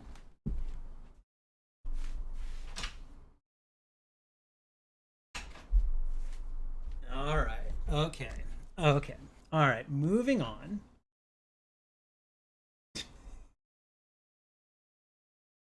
In frame, and it's gonna bug me. And of course, I can't do it here anymore. All right. So what I could do. How well is? Okay. All right. We're gonna see if that works out. So okay. All right, another announced show is Moon Knight. Now, this is a show that we've known for some time is on the horizon, and we have even seen a little bit of footage. Well, okay, the footage has been released. I haven't seen it yet because when I do, I'm gonna film a reaction to it. Look for that later this week. We'll see. She-Hulk. I am looking forward to She-Hulk. Not only is She-Hulk one of my favorite kind of like solo comic book heroes. I mean, yes, she's been a member of the Avengers in the comics and the West Coast Avengers and the Fantastic Four, but really this is a woman who is not only tied to the Hulk in a very obvious way, but this is a superhero who is also a practicing lawyer. Kind of like Matt Murdock. And so I like that. I like the idea that this is a woman superhero lawyer. And I've only seen bits and pieces from the show. The show is under production. Like production is underway. I do know that Jamila Jamil is going to be playing Titania or Titania or however that one's supposed to be pronounced. And she appears to be having a lot of fun with the role. I would really like to see Tatiana Maslany as the She-Hulk. Maybe we will soon. I don't know. But we also happen to know that Mark Ruffalo is going to be in the show. We don't know for how much, but he's going to be in it. Yay. Ms. Marvel. Now, it looks like, from what I'm told, the footage basically confirms that Ms. Marvel's powers have been changed, but we do see some footage from the show, which I have not yet seen, that shows the actress Imani. God, I can't remember her name. Oh, I feel terrible. Anyways, it shows her in the role as Kamala Khan. So really eager to see it. Definitely hoping. And again, we've kind of known that these shows have been in production, but it's nice to see that production is moving along and we're starting to see pictures and footage and stuff. So that's great. Echo is getting her own show. This ought to be interesting because I'm not very familiar with Echo. I know that she is a hearing impaired superhero. I believe she's a mutant, and I cannot remember. She is I believe she's Native American, I think. So, anyways, but yeah, I Native American, first world nation. She is her people were here first, I guess is the way to put it. Anyways, I don't know much about this hero, but definitely I'm definitely a big supporter of the kind of diversity push that we seem to be getting in the MCU finally. Like I understand why it took a while. Like a lot of their old classic superheroes happen to be white males. That you know, but it's really nice to see that they are finally starting to represent and show other non you know non-white male characters and giving them their own shows. I think that's one. I hope we continue to see more of it. Okay, Spider-Man freshman year. I don't know what to think of this. I mean, I'm happy that we're going to get a Spider-Man property, but it doesn't look like Tom Holland is going to be voicing. This is an animated show, by the way. But it doesn't look like Tom Holland is going to be voicing Peter in this production. Nothing has been announced per se. They basically just told us, "Hey, we're working on Spider-Man freshman year, and it's animated." And it looks like it's going to be about Peter Parker on the road to becoming Spider-Man, which that could be interesting. Actually, you could say a lot about Peter before he got bitten by the spider. So, I'm interested to see more. Now, technically, Spider-Man freshman year could also be Spider-Man in college. Because you can be a college freshman as well as a high school freshman. But if he's a high school freshman, he will not have gotten his powers yet. If he's a college freshman, he will have had them by now because he got bitten in high school. And I think in the comics he said he was 15 when he got bitten, which would make him a freshman or a sophomore. So, anyways, I want to see more. I know that some people are happy about this. I'm one of them. I know that some people are angry about this show. I have a friend who basically said, "Get this character out of school." And I can understand that. I can completely understand that. But I also think that depending on the direction they take, there's a lot of storytelling potential. So, I don't know. I'm inclined to wait around and see. All right, I Am Groot. This has been announced. It is going to be Baby Groot as he grows up. I believe it's also animated. And that's really all we know. And really, I mean, we got so much stuff coming. I'm able to wait. It's not a problem, Disney. Not a problem. Ironheart is getting her own show. Now, this ought to be interesting. Ironheart is apparently going to make her debut in the next Black Panther movie, or the World of Wakanda movie. I'm still not completely certain on what form it's going to take, but I believe it's going to be. I mean, it's the Black Panther sequel, basically, and I believe she's supposed to appear in that for the first time, but she's also getting her own series. Again, not sure when it's coming out, not sure what form it's going to take, but it's on the way. Oh, guys, we knew it all along, right? Because Agatha was too good a character. Agatha Harkness was too good a character. You do not take an award-winning actress like Catherine Hahn and you just let her languish at the end of WandaVision. No. Agatha Harkness is getting her own series, and I cannot wait to see what they do with it. All right, let's move on. They're going to make an animated Marvel Zombies. Now, I'm not going to claim that the Marvel Zombies episode of What If was my favorite. I mean, it was the shock value of seeing the zombies was really cool. But that episode, it had a few kind of logical flaws. It had some pacing issues. It wasn't bad. It was okay. It definitely was not my favorite What If episode. But Marvel Zombies, guys, they're going to make a series about Marvel Zombies. I want to see this. I want to see what they do with it. Because they could go to some dark places with a series like that. Finally, Secret Invasion. Now, there was a picture of Nick Fury with a beard released. I've seen that. And that's like the first promotional image for Secret Invasion. So I'm really, really excited to see this. Secret Invasion is, in the comics, the Skrulls infiltrate Earth and they take over various superheroes. And you don't know how long they've done it, so anyone could be a Skrull.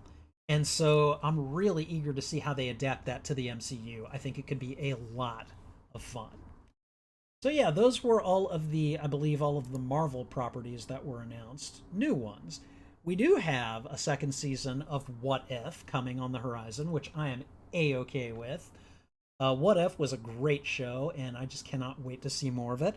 But we're also getting a second season of Loki, which if there was any doubt about that, I don't know why you would have thought that, especially given the way it ended, and given that it's a Tom Hiddleston vehicle, and Sophia DiMartino was also really good as Sylvie, so really, really excited to see where the further adventures of this Loki variant go.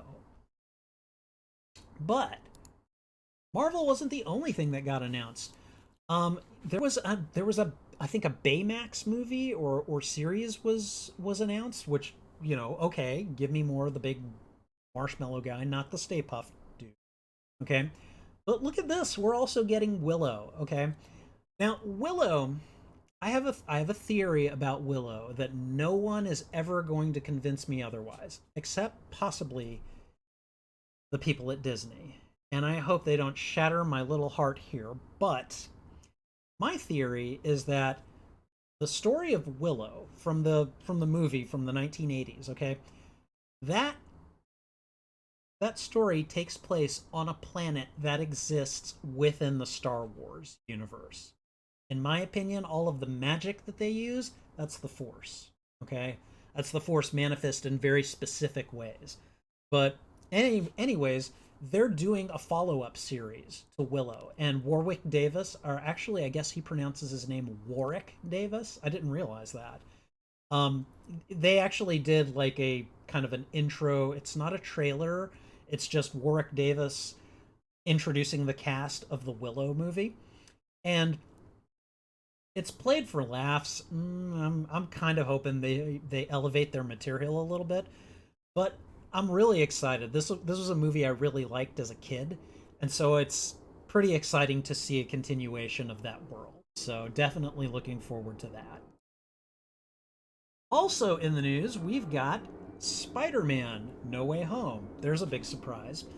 The movie poster that it was released earlier this week, and looks pretty cool. It shows Spider-Man facing off with Doc Ock. In the background, we can see the Green Goblin, and also you could also make the case that the lightning or electricity here represents Electro, and that wisp of I don't know, is that sand in the background? Could that be could that be Sandman? I don't know. Speculation runs rampant, and we're just gonna have to wait and see. We've got about a month before the movie comes out. I can't wait. I'm just ready. Give it to me now. And for the other bit of news, there is a new there's a new Spider-Man No Way Home trailer that is apparently going to debut on Tuesday, November 16th. That is the announcement that I have been seeing from all of the organizations in my news feed. All of the content creators and everyone are talking about this today. That this is apparently going to premiere in 2 days. And I mean, this is a speculation, but hopefully it's true. The speculation is that we may see at least a hint of Tobey Maguire and Andrew Garfield showing up in that trailer. And I hope it's all true. We're not going to find out until Tuesday the 16th. All right. Now, a couple of other shows that were announced in Disney Plus was Obi-Wan Kenobi for Star Wars, which Ewan McGregor vehicle. Very happy for that. I thought I'd gotten a visual for it, but I guess I didn't. So sorry about that. But yeah, a whole lot of other stuff. The Book of Boba Fett was not in the official announcement lineup, even though we did see a trailer about a week and a half ago. I hope that it's in development and that we will see it soon. Wasn't it slated for later this year? I don't know. I can't remember. Anyways, let me know. I can't remember for certain, but yeah. Book of Boba Fett, and then Obi-Wan Kenobi, and then I know there's also an animated Darth Maul series that is going to also have Paul Bettany in it because I covered that last episode. So, all right, let me see. Apis Ben Sennen asking, "Hello, what Spider-Man issue on your T-shirt are you wearing now withstanding?"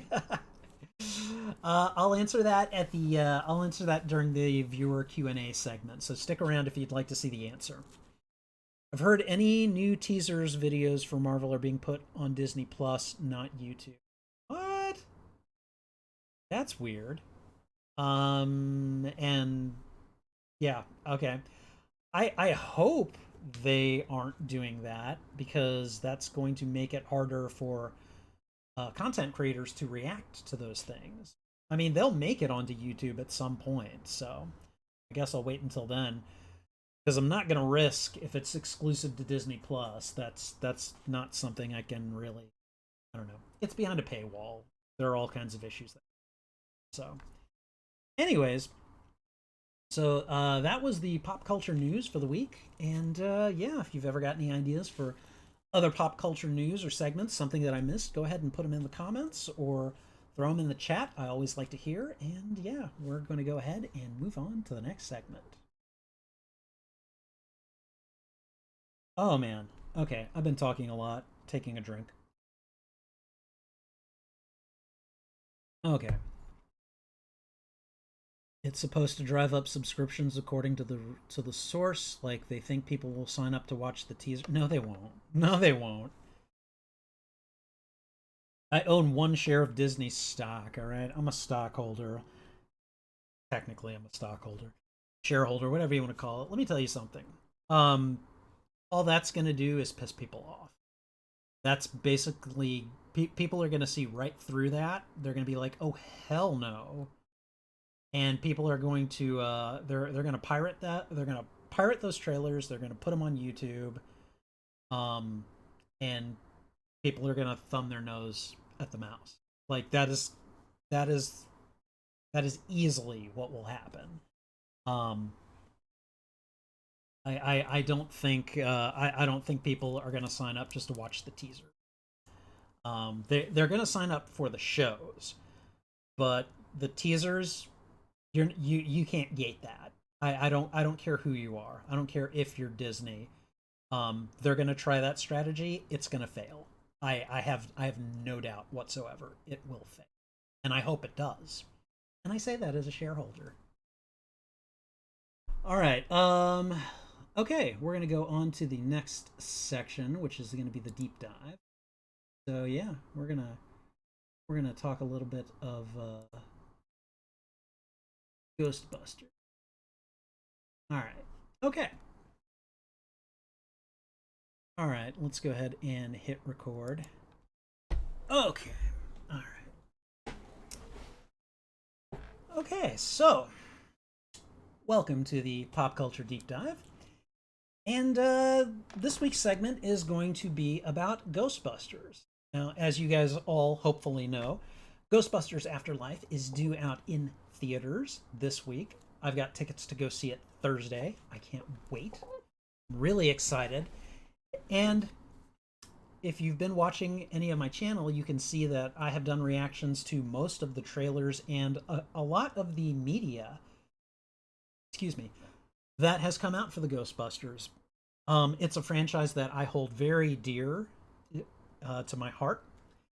And, excuse me, God, I shouldn't drink water, apparently. And it is a property that I have actually been surprised at how strong the feelings are that it has evoked in me, especially when I found out that Afterlife was coming back. So I figure in celebration of Afterlife's imminent arrival that I would talk about the Ghostbusters franchise, I would talk about the movies, and just talk a little bit about how it's impacted me. Now, I'm mostly going to be sticking to talk about the movies, but I will say that I have watched the real Ghostbusters as a kid. So long ago, I barely remember it. I remember liking it, though. And I'm also playing the Ghostbusters video game. I'm trying to complete it before Afterlife comes out this week. I don't know if I'm going to get there, but I'm trying. But it's a treat because there's a lot of stuff in there, and that's going to factor at least somewhat into my discussion of the movies. So while I'm talking about this, guys, feel free to chime in with your opinions on the movies. Let me know what you think of them. I'm going to be discussing all of the Ghostbusters movies that have been made up to this point, including the 2016 one. And yeah, so or not. All right. Like it or not. Here they come. All right. I don't know. I was seeing if it was cutting me off. All right. Noise gates are weird. Okay. So, in talking about the first movie, this one, of course, is where everything started. This is the classic. This is a movie that the movie that got made is extremely different from what was originally conceived by Dan Aykroyd and later Harold Ramis. The Ghostbusters originally were not going to be learning the job as they, as the movie progressed. And the movie was not going to take place on Earth. It was actually going to be them kind of hopping through time and space. They'd been at this for a while. And Ivan Reitman basically suggested to Dan Aykroyd that he take a more grounded approach with this movie and just set it on Earth and let these guys, let them know each other, but develop this idea kind of from the ground. And Dan Aykroyd was like, okay, that sounds like a good idea. And the rest is history. This movie came out when I was probably 6 years old, and I think I saw it when I was about 7. I think it had probably made it out to VHS by that point, and I was sick. And I remember my grandma coming in, and she was, I'm laying out on the couch. I've got a fever. I'm all covered up. I was a very sickly kid. My grandma was like, "Hey, sweetie, look, we brought you some Ghostbusters, and she held up the video. And I remember being pretty excited about that because I'd seen the commercials and, just kind of like, oh my God, yay. And I remember, we put it in the VCR and watched it. Some people are probably going to be like, what's a VCR? you know? But, and I don't remember a lot of it specifically as a kid, but I do remember the Stay Puft Marshmallow Man attacking New York City. And it was fantastic. Like, that blew my mind as a kid. Just this big marshmallow person marching through the city and stepping on cars and, trying to climb a building and get the Ghostbusters. It was great. Over the years, I've watched this movie many, many times. I've come to appreciate it both as a comedy and in places as a scary movie. There are some moments in this movie that are just downright terrifying. The one that immediately comes to mind is when Dana Barrett gets grabbed by the minions of Gozer and pushed into Zool so that Zool can take over her body. It's a great moment, but it's one of those moments that is very jarring for a viewer who has never seen Ghostbusters before. And up to this point, it's been mostly funny. There's like maybe the one kind of briefly terrifying scene with the librarian specter. I mean, it worked out pretty well. But you get to some of the material in this. If you think about the kind of scale of kind of cosmic horror that Gozer operates on, kind of as refrigerator horror, that can be kind of terrifying too. But really, this is a funny movie. This is a fun movie, and it really kind of appeals to the to kind of the inner hero in all of us, because these guys are not superheroes. All right, they are dudes who fight ghosts with the power of science and these unlicensed nuclear accelerators that they wear on their backs. You really kind of appreciate the ensemble cast, the way that they work together, and just kind of the way that that this movie came together. There are so many lines, there are so many moments, there are so many characters like the mayor and Walter Peck and Slimer, for that matter, that when you think about the way that this movie has endured over time, it's pretty incredible. I know some of these concepts were expanded on in the real Ghostbusters cartoon, like the what is it, the ecto containment system. Like, that got expanded on quite a bit in the real Ghostbusters cartoon. But this is where it all started. This is where you had Peter Venkman, kind of a sleazy wannabe womanizer kind of person. You had Egon, the brilliant and sometimes funny, but also very kind of introverted and sometimes socially, I don't even want to say awkward, just sometimes clueless genius of the Ghostbuster. And then, of course, you had Ray. You had the heart of the Ghostbusters. He's, if nothing else, he's fronting the money for their operation. He's the passionate one about all of this. It really made a lot of it made a lot of sense. It worked for a lot of audiences. And then you get Winston Zeddemore, who is the everyman. He comes in and he's just like, sure, I'll believe whatever you guys want if you pay me. But then he gets into it and he sees that, oh my God, this stuff is real and this stuff is happening. And if Ray is the heart of the Ghostbusters, and let's just say Egon is the brains of the Ghostbusters, all right, then I'm also going to say that Peter Venkman is the face of the Ghostbusters, and that Winston is the soul of the Ghostbusters, all right? So you have the heart, you have the soul, you have the brains, you have the face, because ain't none of them got the brawn. Okay, let's just make sure that is in the clear. So, but yeah, no, Ghostbusters 1984, great movie. It, of course, started everything. It you got all kinds of spin-offs. They got a cereal. They got the Ecto Cooler, which I need me some Ecto Cooler. Or Ecto 1 Cooler. High C Ecto. I can't remember what it's called. I think it's Ecto Cooler. Anyways, all kinds of stuff came from this movie, and that helped keep it relevant in the pop culture eye until 1989 when Ghostbusters 2 came out. Now, Ghostbusters 2 was nowhere near as successful as the first one, and I think for good reason.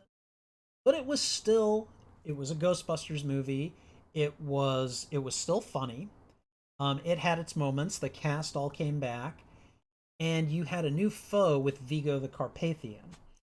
Now, I hadn't seen Ghostbusters 2 for many, many years until recently. I recently purchased all three Ghostbusters movies on Vudu, and I watched the first one because it's the first one and I want to watch it again, you know. But then I watched the second one, and it is really there are quite a few memorable scenes from the second movie that really are just uh there's the courtroom scene, which is just to me unforgettable. It's great, and I've seen quite a few people react to the courtroom scene, and it's extremely well done. The judge is just kind of this blowhard, very against the Ghostbusters. The guys have got Lewis defending them, which Lewis is just the most ineffectual and timid lawyer you could possibly ever not want to have defending you. And then there was also there's a line from Peter Venkman during that scene when he's asked why they were drilling a hole in can't remember, I think it was Fifth Avenue, and Peter, just without missing a beat, said, "Well, sir, we just there are so many holes on Fifth Avenue that we just didn't think anyone would notice." And he says it so nonchalantly and so innocently that it's just like, that is vintage Venkman right there. You know, that delivery. The villain, Vigo the Carpathian, was really, I mean, he was much less effective of a villain than Gozer was. I feel like he was just kind of this cartoonishly evil, over the top villain, you know, it is the season of evil, or something like that. And he uses Janosch, who is Dana's boss at the museum, to try to get her to get her son for Vigo the Carpathian. Not a very strong plot overall, but you did have the pink slime river, which was interesting because the Ghostbusters were able to take the slime and actually use it against Vigo, which I thought was pretty clever. So, anyways, good movie, not as good as the first, but I will say this: when I was watching Ghostbusters 2 recently, you know, I really get into my movies, and I can get into the music, and I'll, you know, I mean, I'll bop to the songs, I'll sing along, you know. And there was a point in Ghostbusters 2 when they are they're, I believe they're summoned by the mayor. And when that happened, the theme song for Ghostbusters 2 played. It was the song "On Our Own" by Bobby Brown. And actually, in the scene that song plays, Bobby Brown makes a cameo appearance. He's the black gentleman who's like, "Oh, Ghostbusters, hey, you're here. Come on, right this way, right this way. Hey, my little brother, do you guys have an extra proton pack? My little brother really wants one of those." That's Bobby Brown. That's the guy performing the song that's playing during that scene. Anyways, that song plays, and I start singing along to it, and then I had to stop. And it's not because I forgot the words. It was because my throat was tightening up. And getting extremely emotional. I was starting to tear up as that song was playing. Um, the thing about Ray Parker Jr.'s Ghostbusters song that we all know and we all love, and that I got pumped whenever I started hearing it in any of the Afterlife media. The thing about that song is that it's so popular and it's so enduring that we are all familiar with it. We never kind of got to lose touch with that particular song, you know. We all know it.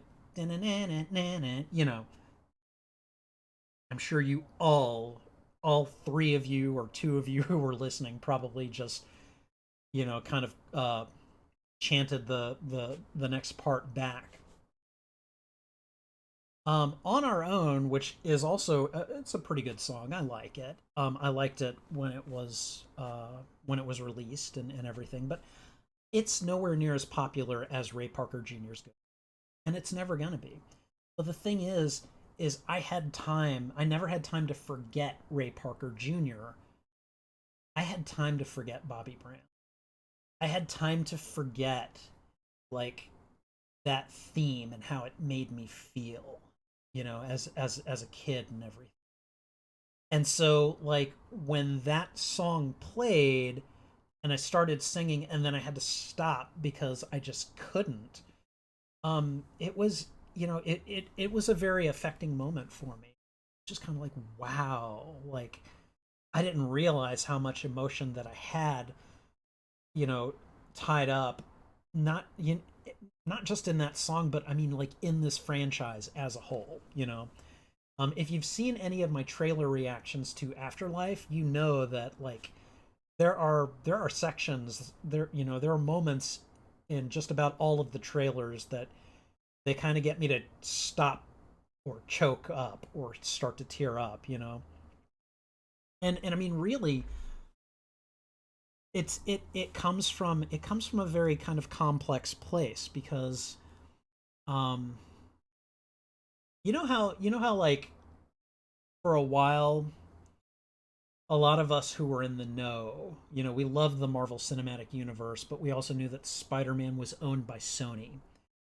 And so like even though I love both of those things, like I kind of eventually figured out and came to terms with the fact that Spider-Man was never going to be in the MCU. And then boom, a few years later, he shows up in the MCU and I'm just like, wow. Like that was a very kind of emotional realization for me when that happened. You have something similar with Ghostbusters here because after the second movie, I heard about all of the drama regarding Bill Murray and the studios, and it was in development hell, and that there was probably just never going to be a third Ghostbusters movie. And that was a little upsetting to hear, but I also understood at the time that, I get it. Sometimes behind the scenes stuff just keeps movies from being made. It happens all the time. And so when Ghostbusters the video game came out and it had all of the cast, well, most of the cast lending their voices to it and everything, you had Annie Potts. You had Bill Murray, Dan Aykroyd, Harold Ramis, oh my God, Ernie Hudson, uh, uh, Brian Atherton. Is it Brian Atherton or William Atherton? I can't remember. Walter Peck, basically. Hell, even Brian Doyle Murray shows up as the mayor, which that's not the actor who played the mayor in the movies. But anyways, Brian Doyle Murray was in Ghostbusters too. So it was basically kind of a foregone conclusion that that game, which I have yet to complete, was basically the closest thing that Ghostbusters fans were ever going to get to an official sequel. Like this was, the actors were getting older. They probably couldn't do a lot of things that they might have been able to do when they were younger. And I was like, that's okay. I like that idea. I like the idea that this third piece of the puzzle takes place in a different medium, a medium that I love. I love video games, catch me on some of my live streams when I'm playing video games on here. Um, but anyways, then 2016 came out, and some people hated it, some people loved it, and I was like, this is good. This is another flavor of Ghostbusters. I'm fine with it. And then they announced Afterlife.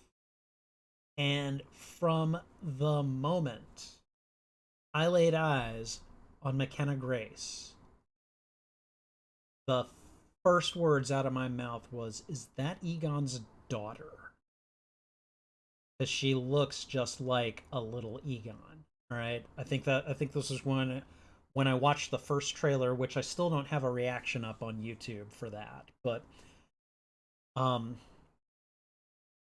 and then by the time that trailer was over, I was just like, I was in shock because kind of like with Spider-Man in the MCU, I was getting something that I had long ago come to terms with the fact that I probably was never going to get that, you know. We were getting a sequel that was set in the original Ghostbusters world. One of the things that I did not mind about the 2016 movie is that if you don't like it, you don't have to watch it. You don't even have to acknowledge it. The 2016 movie is essentially Ghostbusters in another multiverse. If you think about it, that's basically how it works. They gender swapped out many of the parts. Excuse me. They gender swapped out many of the parts and put in four really talented comedic actresses to be Ghostbusters. I was okay with this. There are few things as funny as watching Kate McKinnon basically be a mad scientist, you know, and just kind of very good naturedly cause destruction for the Ghostbusters. I was okay with it. Chris Hemsworth was pretty brilliant comedically as Kevin, as the Annie Potts analog. I really don't understand the amount of hatred this movie gets because I mean, I do understand why people don't like it as much as the other movies. I completely understand that, but those are two separate things completely. And a lot of people kind of conflate the two together. If you don't think this movie is as good as Ghostbusters, then you're one of the misogynists who hates them. And that's definitely not true. Um I've watched this movie several times and I enjoy it. It's fun. It's basically Ghostbusters in another dimension, another universe, another multiverse, another reality, whatever you want to call it. Um, so it's not like anyone's childhood is getting ruined here. For anyone who makes the claim that the Paul Feig movie, this one, ruined their childhood, grow up, okay? This is a movie that takes place outside of the bubble that was established in the first two movies. All right, these guys are these ladies are not replacing the Ghostbusters. They are simply Ghostbusters, another flavor of Ghostbusters, essentially. And really, I think they're all very well done. You know, um, I think that Melissa McCarthy and Kate McKinnon and Leslie Jones and I can't remember the third or the fourth person's the fourth actress's name, the fourth comedian's name. And I'm really sorry for that. But I mean, I think they're all fairly interesting analogs of other Ghostbusters, and each in their own way bring some comedic talents that are pretty funny. Ghostbusters Answer the Call has a lot of funny moments. It does not have anywhere near as strong a plot. Um, it really doesn't. And it brings this feeling of we're going to take Ghostbusters and essentially make it into a Saturday Night Live skit, which is fine, but it doesn't make for very good storytelling. Um, I think that a lot of the CGI effects were they were just so overdone. Like it was really noticeable, like especially when they encounter their first ghost. Um, I don't have a problem with CGI. I do think that at a certain point it can take you out of the narrative, and I think that in Ghostbusters: Answer the Call, that happened, and it happened to the it, and it happened to the detriment of the overall story. Um, I also think that there is a little bit of validity to the complaints that a lot of critics have of this film about how it refers to the original. Um, with a franchise that as is with a franchise that is as beloved as Ghostbusters, first of all, you're going to have to include some nods to the original material. That goes without saying. But it feels like when they included a lot of these nods, for instance, having Bill Murray come in, and they made Bill Murray. First of all, they made him a complete jerk, which I mean, Peter Venkman was kind of a jerk, but he was a lovable jerk. This guy that Bill Murray was playing was just a complete jerk. They killed him off. Okay, you basically had just kind of tiny little bit cameos for the other actors, which that's fine too. But it really did feel kind of like a minimization of the franchise that essentially gave this version life. And I can understand that some people would, that some people would be a little upset about that, a little miffed about it. Um, you know, I'm I'm okay with it.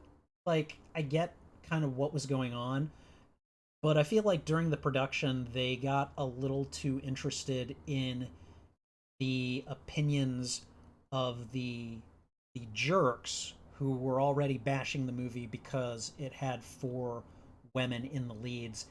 And so I felt like a lot of the nods became reactions to those. You can't do that. You cannot do that. You need to kind of rise above this as a film creator and do the nods organically and do them with at least a little respect to the source material. It doesn't have to be a lot, but you do need a little. And I do feel like Answer the Call kind of missed the boat. It didn't. I can't say it didn't hurt the movie, but it definitely felt like a missed opportunity. And so I understand why some people have issues with this movie. That said, I mean, again, no one's childhood was ruined. Get over that. This is just a different flavor of Ghostbusters. Just like the Dresden Files TV show is a different flavor of Dresden, And they exist, and I have no real problem with it. I do think it's not as good as the first two movies, but I still like it. I still think it's perfectly enjoyable. And Wolf just said, Kristen Wiig. Kristen Wiig, yes. Sorry. Thank you. Thank you for informing me. I appreciate that. Um, but yeah, no. This entire franchise is, you know, a beloved one. And I do think that with Afterlife just a few days away now, the resurgence is going to be big. And I expect that when I go to the theater on Thursday night, I expect we're going to have a big crowd. I expect there is going to be a lot going on. And, I mean, I hope everybody's vaxxed. I hope everyone's wearing masks when they go out, because I think there will be a lot of people wanting to see this movie. And, I mean, I'm vaxxed. I'll be wearing a mask. I'll be getting a booster in a couple of weeks. I ain't afraid of no virus at this point. I'm gonna go see this movie, and yeah, I hope you guys will too. Very much looking forward to this, and I hope you guys will see it soon as well.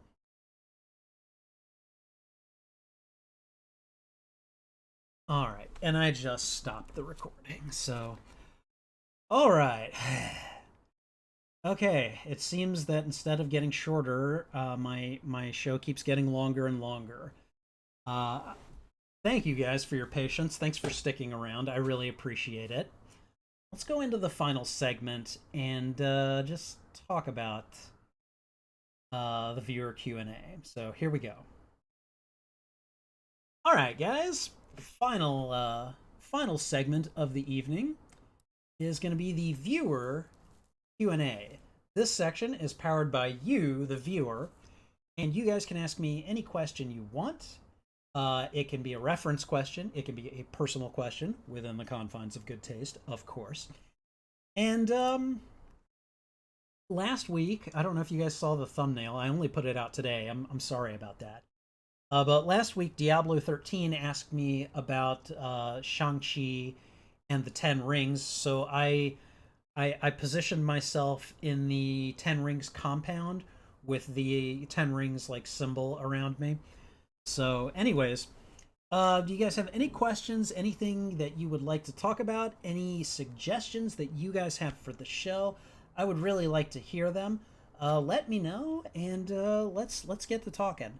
I'm gonna address Apis Bin Senin's question from earlier. He asked me what Spider-Man issue is on my T-shirt that I'm wearing now with standing. Again, I'm going to interpret that to he wants to know what issue it is, and will I stand and show it up? Which of course I will. Let's go ahead. And it looks like this is issue 70 of The Amazing Spider-Man. It features Spider-Man. Apparently he is wanted by the police. And this is one issue from my Amazing Spider-Man collection that I don't believe I have yet. So it's one of those that I eventually want to get my mitts on so that I can add it to my collection and eventually just be able to say, I now own every issue of Amazing Spider-Man. So, anyways, let's get back to the chat. Let's see if you guys have any questions for me. If you could add, Wolf MCOC is asking, if you could add one new Marvel character to the current MCU, who would it be? Ooh.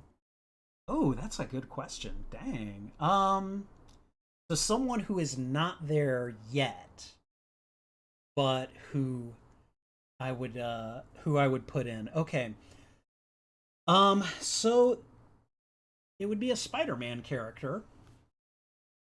And there are so many Spider-Man characters that I want to add to the MCU.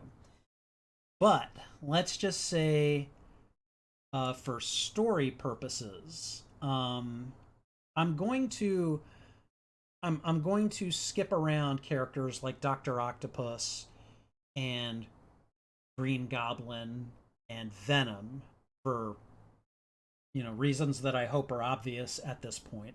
But I mean, it looks like the MCU is going to kind of include them simply because it's going to, at least in some ways, canonize those movie universes, which again I think is extremely clever. It's a really interesting way to kind of make it so that they could potentially use those characters again.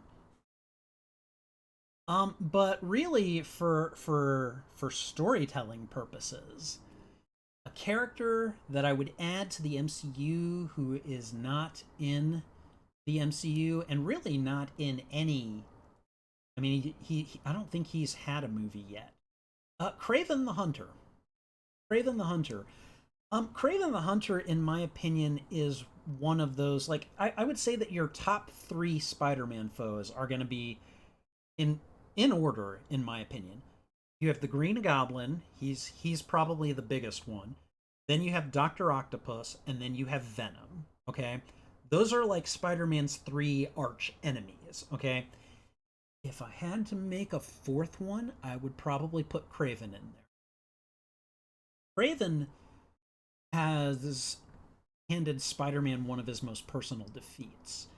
In the story Craven's Last Hunt, Craven finally manages to hunt down Spider-Man.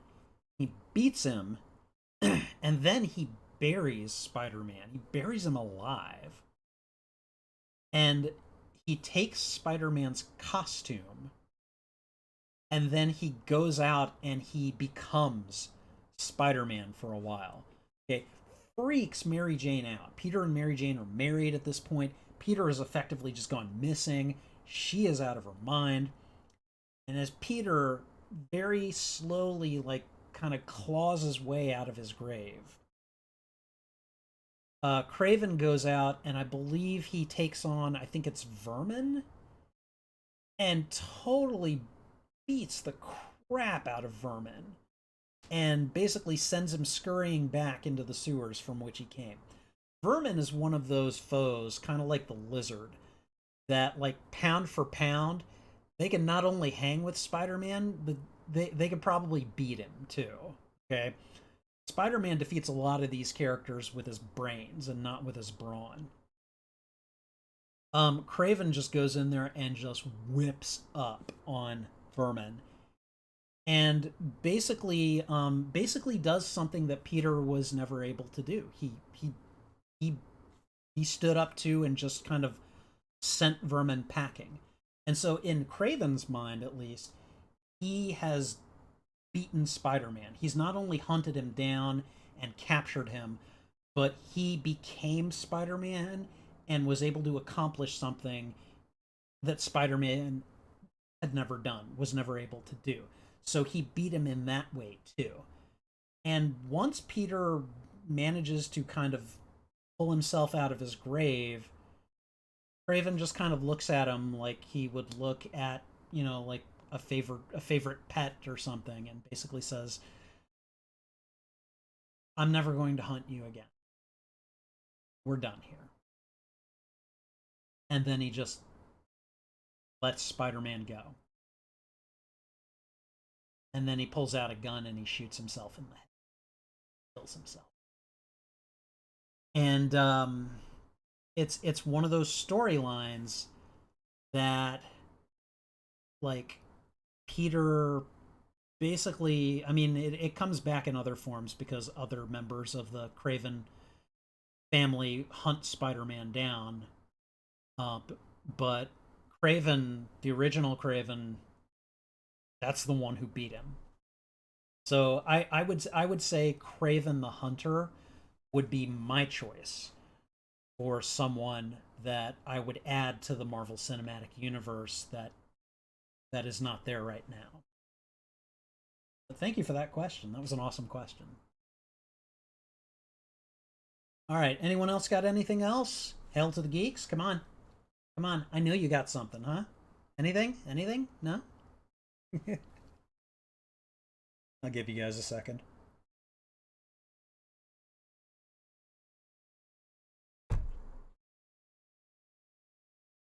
Oh, there are many other characters that I would want in the MCU as well. I would like Black Cat to be in the MCU. I would like Silk to be in the MCU. Who else? I mean, Electro, Sandman, Harry Osborn. I mean, like, now these characters could become folded into the MCU after Spider-Man No Way Home, so we'll see what happens. But yeah, I think there are a whole lot of characters from the Spider-Man stable that could make for good stories that have not yet been used.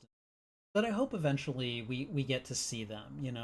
He's got a huge rogues gallery and a good supporting cast too that could really add some flavor to the Spider-Verse.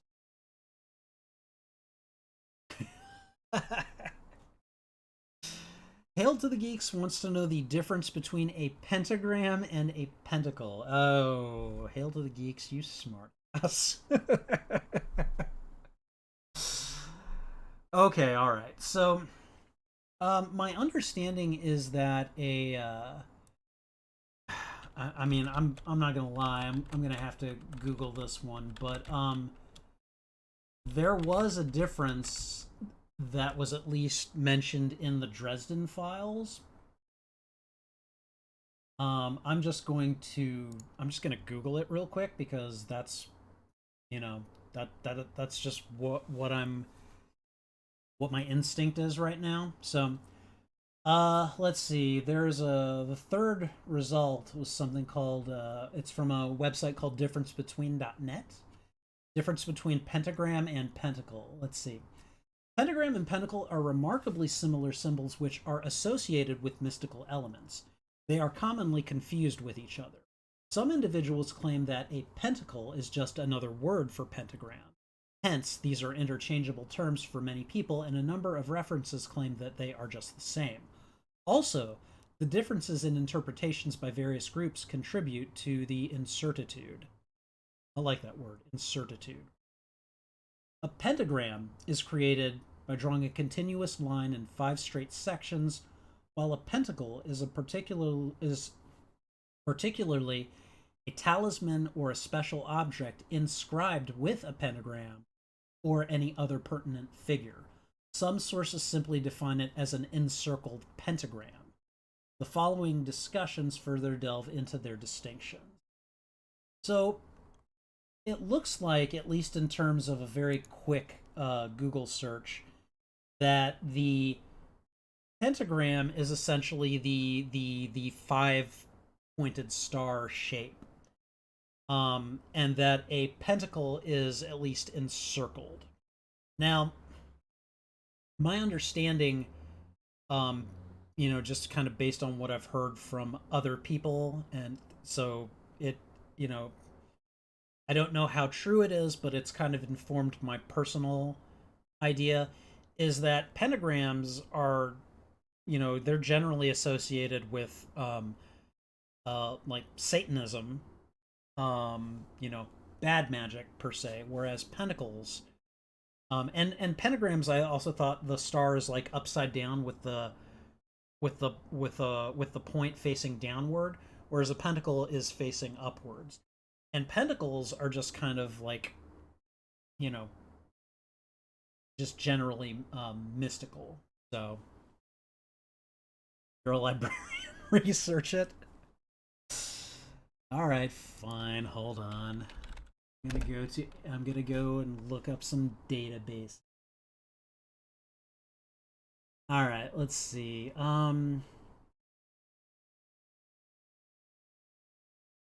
Let's see. I am looking for, what is this? This is basic research. I feel like searching a like a religion database probably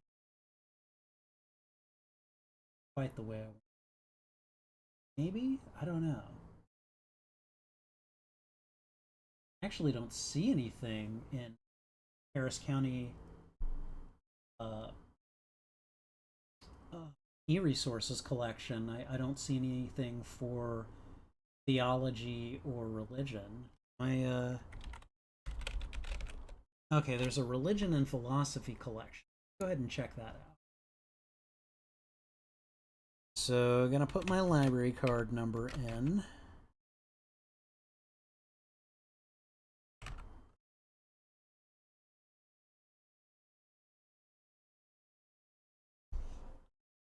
Okay.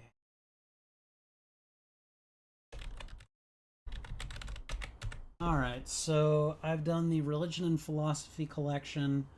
I just put in pentacle, pentagram difference, nothing there.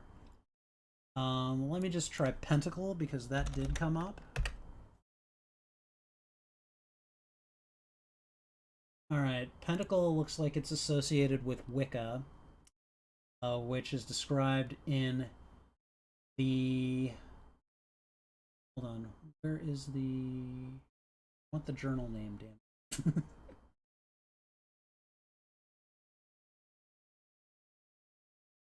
Okay, Church and State.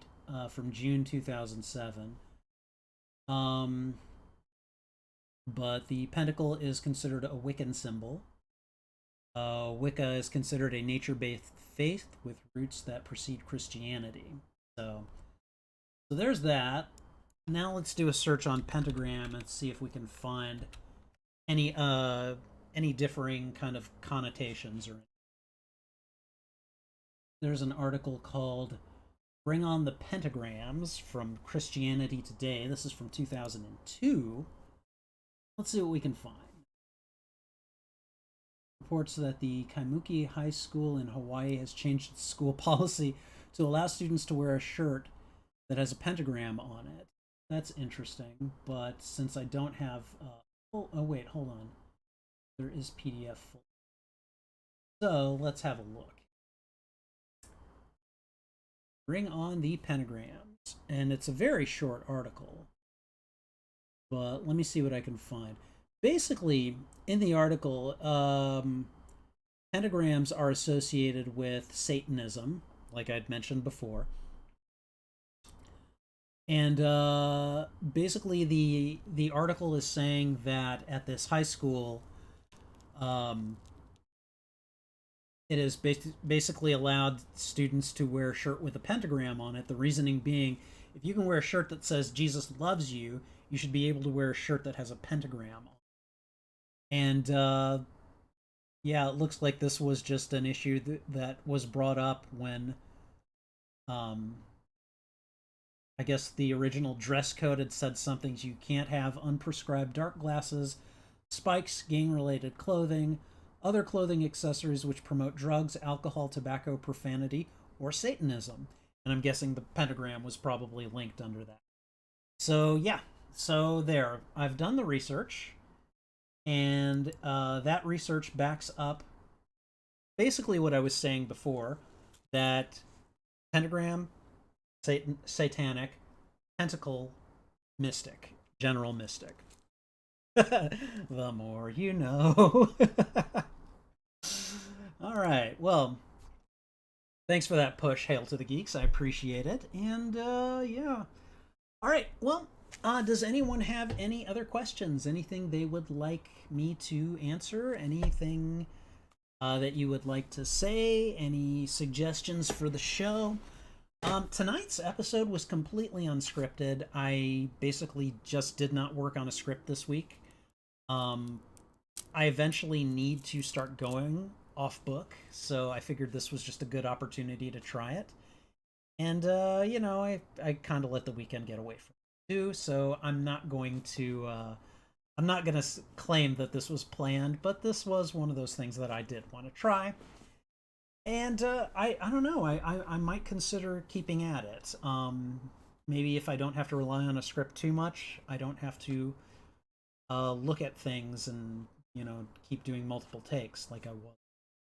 I don't know, we'll see.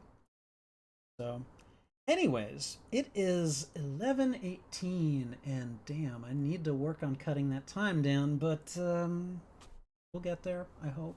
One day, we'll see. Alright, guys, well, if there's nothing else, then I'm just going to go ahead and close the show down. So thank you guys for hanging out with me. Wolf MCOC, I appreciate you. I just made Wolf a moderator on my channel, so please feel free to congratulate him. Thank you, Hail to the Geeks, for hanging out tonight. And thank you all the others. Apis Ben Senin for your question, and also thank you to Alan Copeland for showing up and just hanging out and chatting at the beginning there. You guys are all appreciated. I really do. I really do like you guys showing up and just kind of keeping me company while I try to make this thing happen. So I'll hopefully be getting a video out this week on the on Bitwarden, and hopefully the commercial as well. We'll see.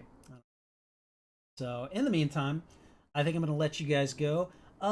Just to let you know, there will not be a Spidey Librarian Action Hour episode next Sunday. We are doing an activity here at the house. It's going to require me to kind of be a host. So I will not be around to actually do the Spidey Librarian Action Hour. However, if I get the time, I will see if I can edit the 4 really bad Marvel movie trailer reactions that I've done and maybe put those out that day instead. So I don't know. We'll try. I can't promise you anything because this is going to be a busy week for many different reasons. But the next episode of the Spidey Librarian Action Hour will be on November 28th, and then the episode after that will actually be on my birthday. So uh, you know, come to those episodes and enjoy having next Sunday off. Hail to the geeks. I need to talk to you about coming to this event next Sunday because it will be held here, and you, as someone I work with, are invited. So, I mean, if any of you guys are able to make it to Houston, you can be invited too. But in the meantime, I know that Hail to the Geeks is kind of within my physical sphere. So, anyways, I'm gonna let you guys go. Thanks again for hanging out with me. I really appreciate it. And until my next upload, this is Spidey Librarian wishing you a good rest of the evening. Take care, guys.